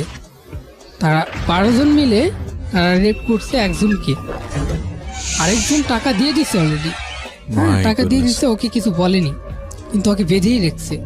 হ্যাঁ, আর যাকে রেপ করছে ওর মুখ বাঁধা ছিল, মুখ বাঁধা অবস্থায় শ্বাসকষ্টের সমস্যা হয়, তারও মৃত্যু হয়েছে। মৃত ব্যক্তির উপরে নির্যাতন হয়েছে। মানেটা কি আপনি ক্লিয়ার করেন? মানে যে মেয়েটাকে ওরা রেপ করেছে তাকে মেরে ফেলেছে? মানে মুখ বাঁধা হয়েছিল, মুখ বেঁধে উঠায় নিয়ে যাওয়া হয়েছিল। আচ্ছা। সে মুখ বাঁধা অবস্থায় তারা রেপ করছে তাকে। তো টাকা নিচে সে একটু সুন্দর ছিল, সে মুখ বাঁধা অবস্থায় তাকে রেপ করছে। মেয়েটা মারা যায়? মেয়েটা মারা গেছে। নিয়ে ওই রেপ মারা যাওয়া অবস্থায় আমি তারপর আবার? সকালবেলা গিয়ে দেখি অলরেডি মৃত। সকালবেলা যাই দেখি অলরেডি মৃত, এখনো গা হাত পাতে এরকম শক্ত হয়নি, কিন্তু মারা গেছে। তো এরকম তাদেরকে অনেক বকাঝকা করলাম সে এখানে থাকা অবস্থায়। তো কিছুক্ষণ পরে আস্তে আস্তে শক্ত হচ্ছে। তো তখন তাদের সাথে চিল্লাফাল্লা অনেক করলাম। আরেকটা মেয়ে ওই রুমেই ছিল? হ্যাঁ, আরেকটা মেয়ে ওই রুমেই ছিল। তো ওই মেয়েটা কিছু বলছিল না? না, ওই মেয়েটা কি বলবে, মেয়েটা মানে বলার মতন তো কিচ্ছু নাই। ও যদি কোনো কথা বলে ওকেও মেরে ফেলা হবে। জিনিসটা তার উপরেও। ওকে। তো এরকম আর কি। তো তখন তাকে ছেড়ে দেওয়া হলো আমাকে। তখন তাকে ছেড়ে দেওয়া হলো, ছেড়ে দেওয়ার পরে তাকে কি করব, লাশটাকে গোপন করতে হবে। কিন্তু তাকে যে মেয়েটাকে ছেড়ে দিছি তার উপরে অনেকটা হুমকি দেওয়া হয়েছে। হুমকি দিয়ে তারপরে ছাড়া হয়েছে যে তুই বাইরে যাবি, বাইরে যাওয়ার পরে এই কথা কোনো রকমই মুখ দিয়ে বের হবে না। আর মুখ দিয়ে বের হলে তোর কী হবে সেটা তো জানতেছিসই, বুঝতেই পারতেছিস, তোকে সামনে দেখলি। তো এইভাবে তাকে ফাপড় দিলাম, ফাপড় দেওয়ার পর তাকে ছেড়ে দিলাম। আর লাশটাকে গোপন করতে হবে। তো তখন লাশটাকে অলরেডি আমরা বস্তায় ভরে আমরা একটা ময়লাখানায় ফেলাইছি, যেখানে ময়লা ফেলানো হয় সেখানে নেতা ফেলাইছি, নদীর ধারে ওখানে ময়লা ফেলানো হয়। তো ওখানে নেতা কোন জায়গায় এটা? মেয়েটাকে না, এটা কোন জায়গায় ফেলেছেন? ওটা আপনার ওই সিলেট রোডে একটা ওই পুকুর, এই নদীটা যেটা আছে সিলেট রোডে, ওটা কি নদী বলে, বুড়িগঙ্গা না কি বলে? না, ওটা বুড়িগঙ্গা তো সিলেটে নাই। কোন একটা নদীর কথা বলছেন আপনি, সেখানে গিয়ে ফেলেছেন? তো ওখানে ফেলছি। ওখানে ফেলা অবস্থায় 4 দিন পরে মেয়েটাকে পাইছে। 4 দিন পরে মেয়েটাকে পাওয়ার পরে পুলিশে মানে ওখানে পাইছে, অনেকে দেখছে। পুলিশে পাওয়ার পরে তার বাবা মা আসে, মানে কান্নাকাটি করে। তখন আমার কাছে খুব খারাপ লাগতেছিল। আপনি জানলেন কিভাবে কান্নাকাটি করতেছে তার বাবা মা? ওই আমার বাসার পাশে, বললাম তো আমার বাসার পাশে একসঙ্গে থাকি, তাকে এরকম করা হয়েছে। তাহলে তো যে মেয়েটাকে ছেড়ে দিলেন সে তো আপনার বাসার পাশেই থাকে, আপনাকে তো চিনে ফেলার কথা। হ্যাঁ, চিনতে তো বটেই, কিন্তু তাকে তো হুমকি দেওয়া হয়েছে, সে মুখ খোলেনি। তারপরেও আপনি কি ওখানে আছেন এতটা সাহস নিয়ে? কারণ মেয়েটা তো যে কোনো মুহূর্তে মুখ খুলতেও পারত। খোলেনি। আর আমি অলরেডি ওখান থেকে চলে আসছি, মানে ওখানে ওদের অবস্থা দেখে তখন তারা কান্নাকাটি করতেছে, এই অবস্থা দেখে লাস্ট ওরা নিয়ে আসছে। সেই মুহূর্তে আমি চলে আসছি, আমি পুরান ঢাকায় চলে আসছি অলরেডি পারভেজ ভাইয়ের কাছে। তো চলে আসার পরে ওই এরকম করতে করতে তখন যায় খোঁজ পড়লো ইয়াকের উপরে। আপনার আমার যে ফ্রেন্ড শারমিনটা, ওই শারমিনের উপরে পুলিশ সন্দেহ করলো, যে কারণ তার সাথে কিছুদিন আগে কিছু গন্ডগোল হয়েছে। হ্যাঁ, কিছুদিন আগে তার সাথে গন্ডগোল হয়েছে। সে এখন একে দিয়ে কিছু করালো নাকি, কাউকে দিয়ে মারালো নাকি, এরকম সন্দেহ ভাবে শারমিনকে গ্রেপ্তার করে। তো শারমিনকে গ্রেপ্তার করে, আর যে মেয়েটা আমাদের সাথে ওই ধর্ষণে ছিল, সেই মেয়েটা বাড়িতে চলে গেছে। ওই অবস্থায় ওখানে থাকেনি, কারণ থাকলে তাকে কোশ্চিন করবে, চলে গেছে বাসায়। তো মেয়েটা আর আসেনি। তো তারপর তাকে শারমিনকে তখন ধরলো, ধরার পরে তখন আমার কাছে খারাপ লাগতেছিল। তখন আমি পারভেজ ভাইয়ের কাছে গেলাম, যে পারভেজ ভাই এরকম এরকম ঘটনা। পারভেজ ভাইয়ের কাছে সব কিছু খুলে বললাম। খুলে বলার পরে পারভেজ ভাই দেখতেছে, আচ্ছা ঠিক আছে, আমি বিষয়গুলো দেখতেছি। তখন শারমিনের জামিনের ব্যবস্থা করা হলো। 3 মাস পরে শারমিনকে জামিন করা হয়। জামিন করার পরে কিন্তু জেলে গিয়ে ওই মেয়েটা সম্পূর্ণ জেলে গিয়ে শারমিনকে বলে দিচ্ছে কোন মেয়েটা জেলে গেছে? শারমিনকে পুলিশ গ্রেপ্তার করলো সন্দেহজনক। শারমিনকে বললো কে? শারমিনকে বললো আমাদের ওই ধর্ষণ অবস্থায় যে মেয়েটা ছিল। ওই মেয়েটা বলে দিয়েছে কখন? ওই মেয়েটাকে জেলে গিয়ে শারমিনকে বলেছে? হ্যাঁ, জেলে গিয়ে দেখা, ওই মেয়েটা জেলে গিয়ে দেখা করে বলেছে শারমিনকে। শারমিনকে কেন বললো? শারমিনকে দেখা করে বলছে, ও পুলিশের কাছে যায়নি।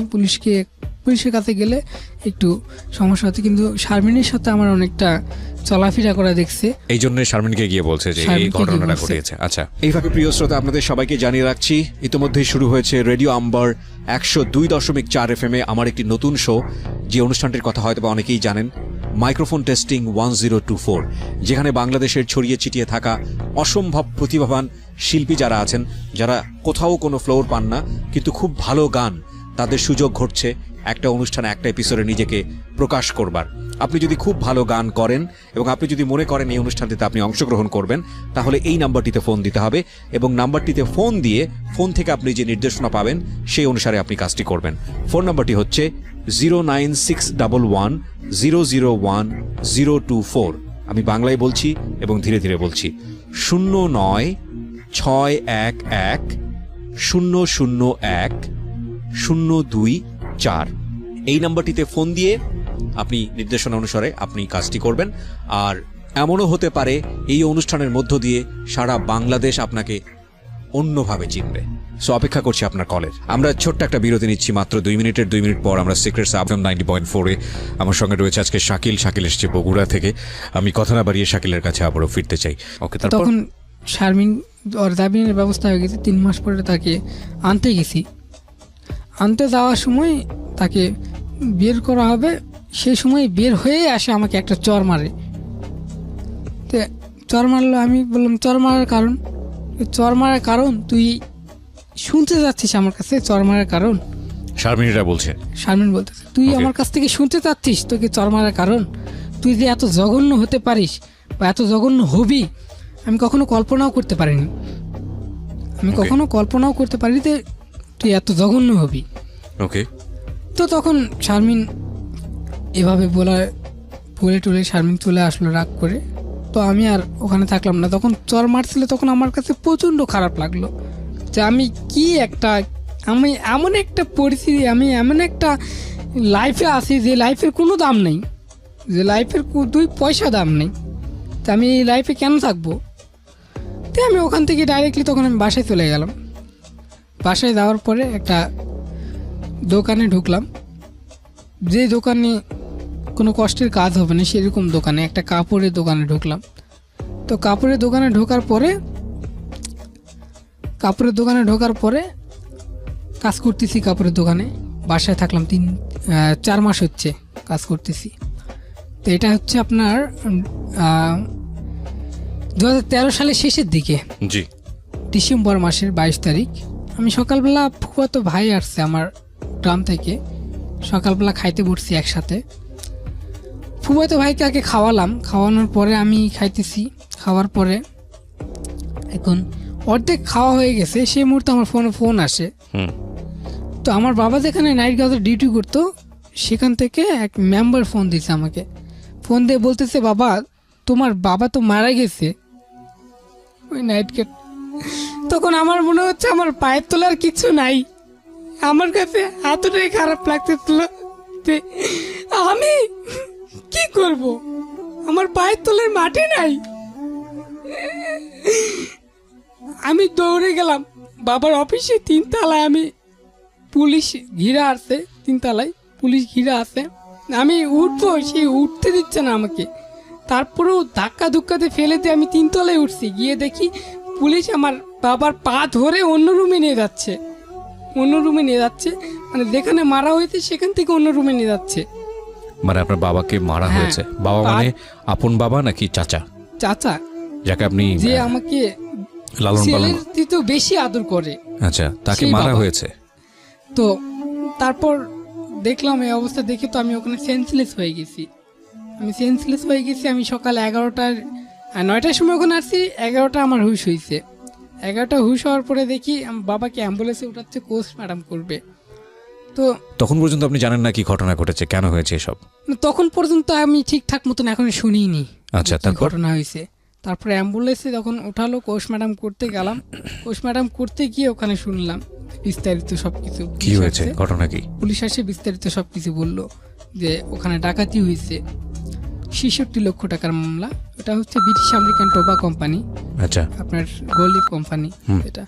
তো ওখানে এই ডাকাতিটা হয়েছে। হওয়ার পরে তো পুলিশ এমন একটা কেস ফাইল করছে যেটা দিয়ে আমার বাবাকে দূষিত করছে, যে বাবা কোনোদিন কারো 2টা টাকা খায়নি। কেউ বলতে পারবে না যে আমার দোকানে 2টা টাকা বাকি আছে। আমার আপনার বাবা ওখানে সিকিউরিটি গার্ড ছিল? সিকিউরিটি গার্ড ছিল, কেউ বলতে পারবে না এরকম পরিস্থিতি। তো তারপর বাবাকে পোস্ট ম্যাডামের করে তুলে নিয়ে গেল। তখন এরকম করে কেস ফাইল করছে। আমার তো শুনে মাথা ঘুরে যাচ্ছে যে আমার আর কিছু নেই। আমার কাছে মনে হচ্ছে আমি আর কিছু নেই। আমার করা অপরাধগুলো একটার পর একটা মনে হয় ফিরে আসতেছে আমার কাছে। যে আমি এখন, আমার কাছে এখন মনে হচ্ছে যে আমি বিশাল অপরাধী। কেন মনে হচ্ছে আপনার কাছে? যে আমার কাছে মনে হচ্ছে, কেন মনে হচ্ছে যে আমি একজনের লাইফটাকে শেষ করে দিচ্ছি, যাকে আমার কারণে ধর্ষণ হয়েছে, আমার কারণে সে মৃত। এখন তার বাবা মা কীভাবে কাঁদছে, সেই জিনিসগুলো তখন আমার প্রত্যেকটা সেকেন্ড মনে পড়ে। তো তারপর বাবাকে ওখান থেকে কোচ ম্যাডাম বের করা মানে হলো। বিষয়টাকে আপনি এটা বলতে চাচ্ছেন যে আমি যেভাবে একজন মানুষকে হত্যা করিয়েছি, ঠিক একইভাবে আমার বাবাকেও কেউ না কেউ হত্যা করেছে। হ্যাঁ, আপনার বাবার এই মৃত্যুর জন্য আপনি নিজেকে দায়ী করেন, কেন দায়ী করেন? আমি এই জন্যই দায়ী করি যে যদি হয়তোবা আমি এখানে থাকতাম, কোনো একটা কাজ করতাম, আমার এই লাইফটাতে যদি না থাকতাম, হয়তোবা আমার কাছে এরকমটা হতো না। কারণ এটা প্রকৃতির খেলা আমার কাছে মনে হয়। ওকে, এটা ঠিক আছে, আপনি যদিও বিষয়টা অ্যাবস্ট্রাক্ট, তারপরেও আপনি মনে করেন যে এই মৃত্যুটা আপনার কারণে হয়েছে। ওকে, তারপর বাবা এভাবে তো মারা গেল, ওখান থেকে এইভাবে দূষিত করলো। দূষিত করার পরে যারা ডাকাতি করছে তাদেরকে দেখলাম না, এরকম দেখলে একটা মানুষের মানে চেহারা দেখলে মনে হয় যে এরকম এই মানুষটা এরকম এখানে ডাকাতি করছে। কিন্তু না, পরবর্তীতে আমি নিজে প্রমাণিত হয়েছি যে এটা সম্পূর্ণ কেস সাজানো। কারণ যে ডিস্ট্রিবিউটার ছিল, সে ডিস্ট্রিবিউটার আমি থানায় গেছি যে আমার কেস ফাইলটা উঠাবো, যে মৃত্যুর সার্টিফিকেটটা ওঠানোর জন্য। যে কেসের কাগজটা ছাড়া মৃত্যুর সার্টিফিকেটটা ওঠানো যাবে না।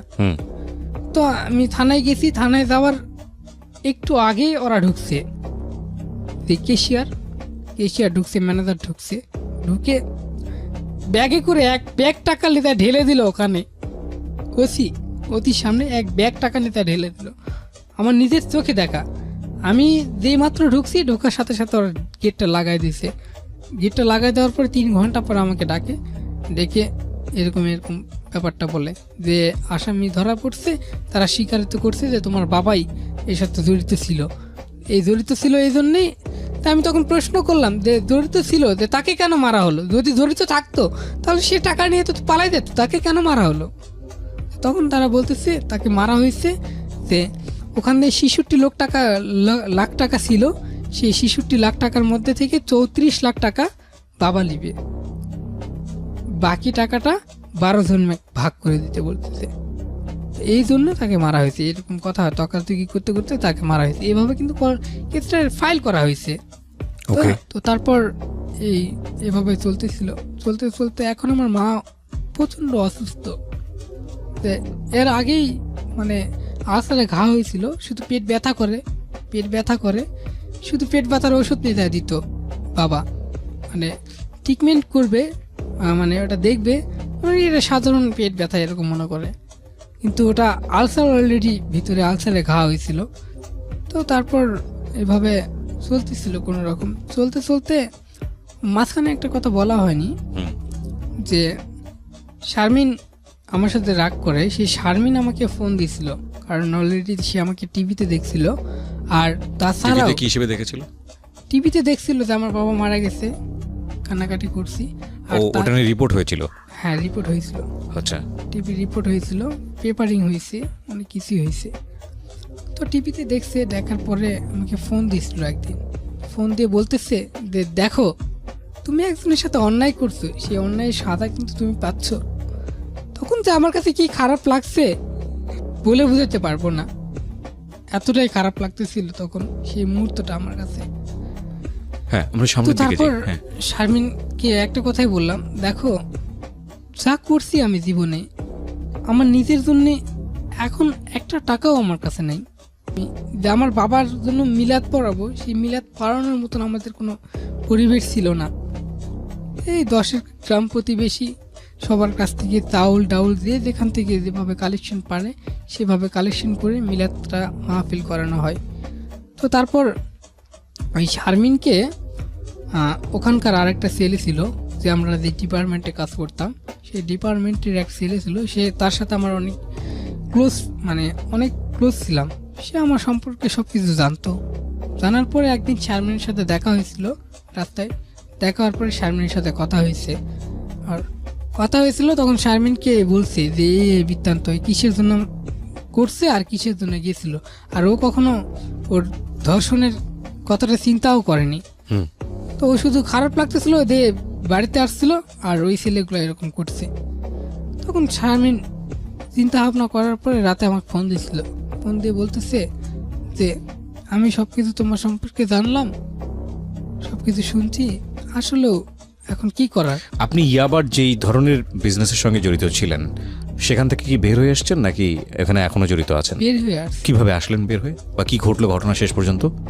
ওই যে শারমিন জেলে গেল, জেলে যে বের হয়ে আমাকে যে চর মারলো, চর মারার পর থেকে তো আমি ওখান থেকে তো বের হয়ে চলে আসলাম ডিরেক্টলি। এখানে আসে আমি কাপড়ের দোকানে ঢুকলাম। কাপড়ের দোকান বলতে?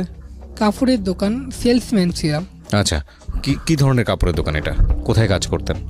এটা বগুড়াতেই। বগুড়াতেই? হ্যাঁ, আচ্ছা, তো ওখানে সেলসম্যান হিসেবে কাজ করেন? সেলসম্যান হিসাবে কাজ করতাম। তো তারপর তো আপনি নিজেও তো ড্রাগ নিতেন? না, আমি ড্রাগস আপনি কখনোই ইয়াবা নেননি? কখনোই না? না, একটা টেস্টও করে দেখেন? শুধু সিগারেট খাইছি। সিগারেট খাইছেন, কিন্তু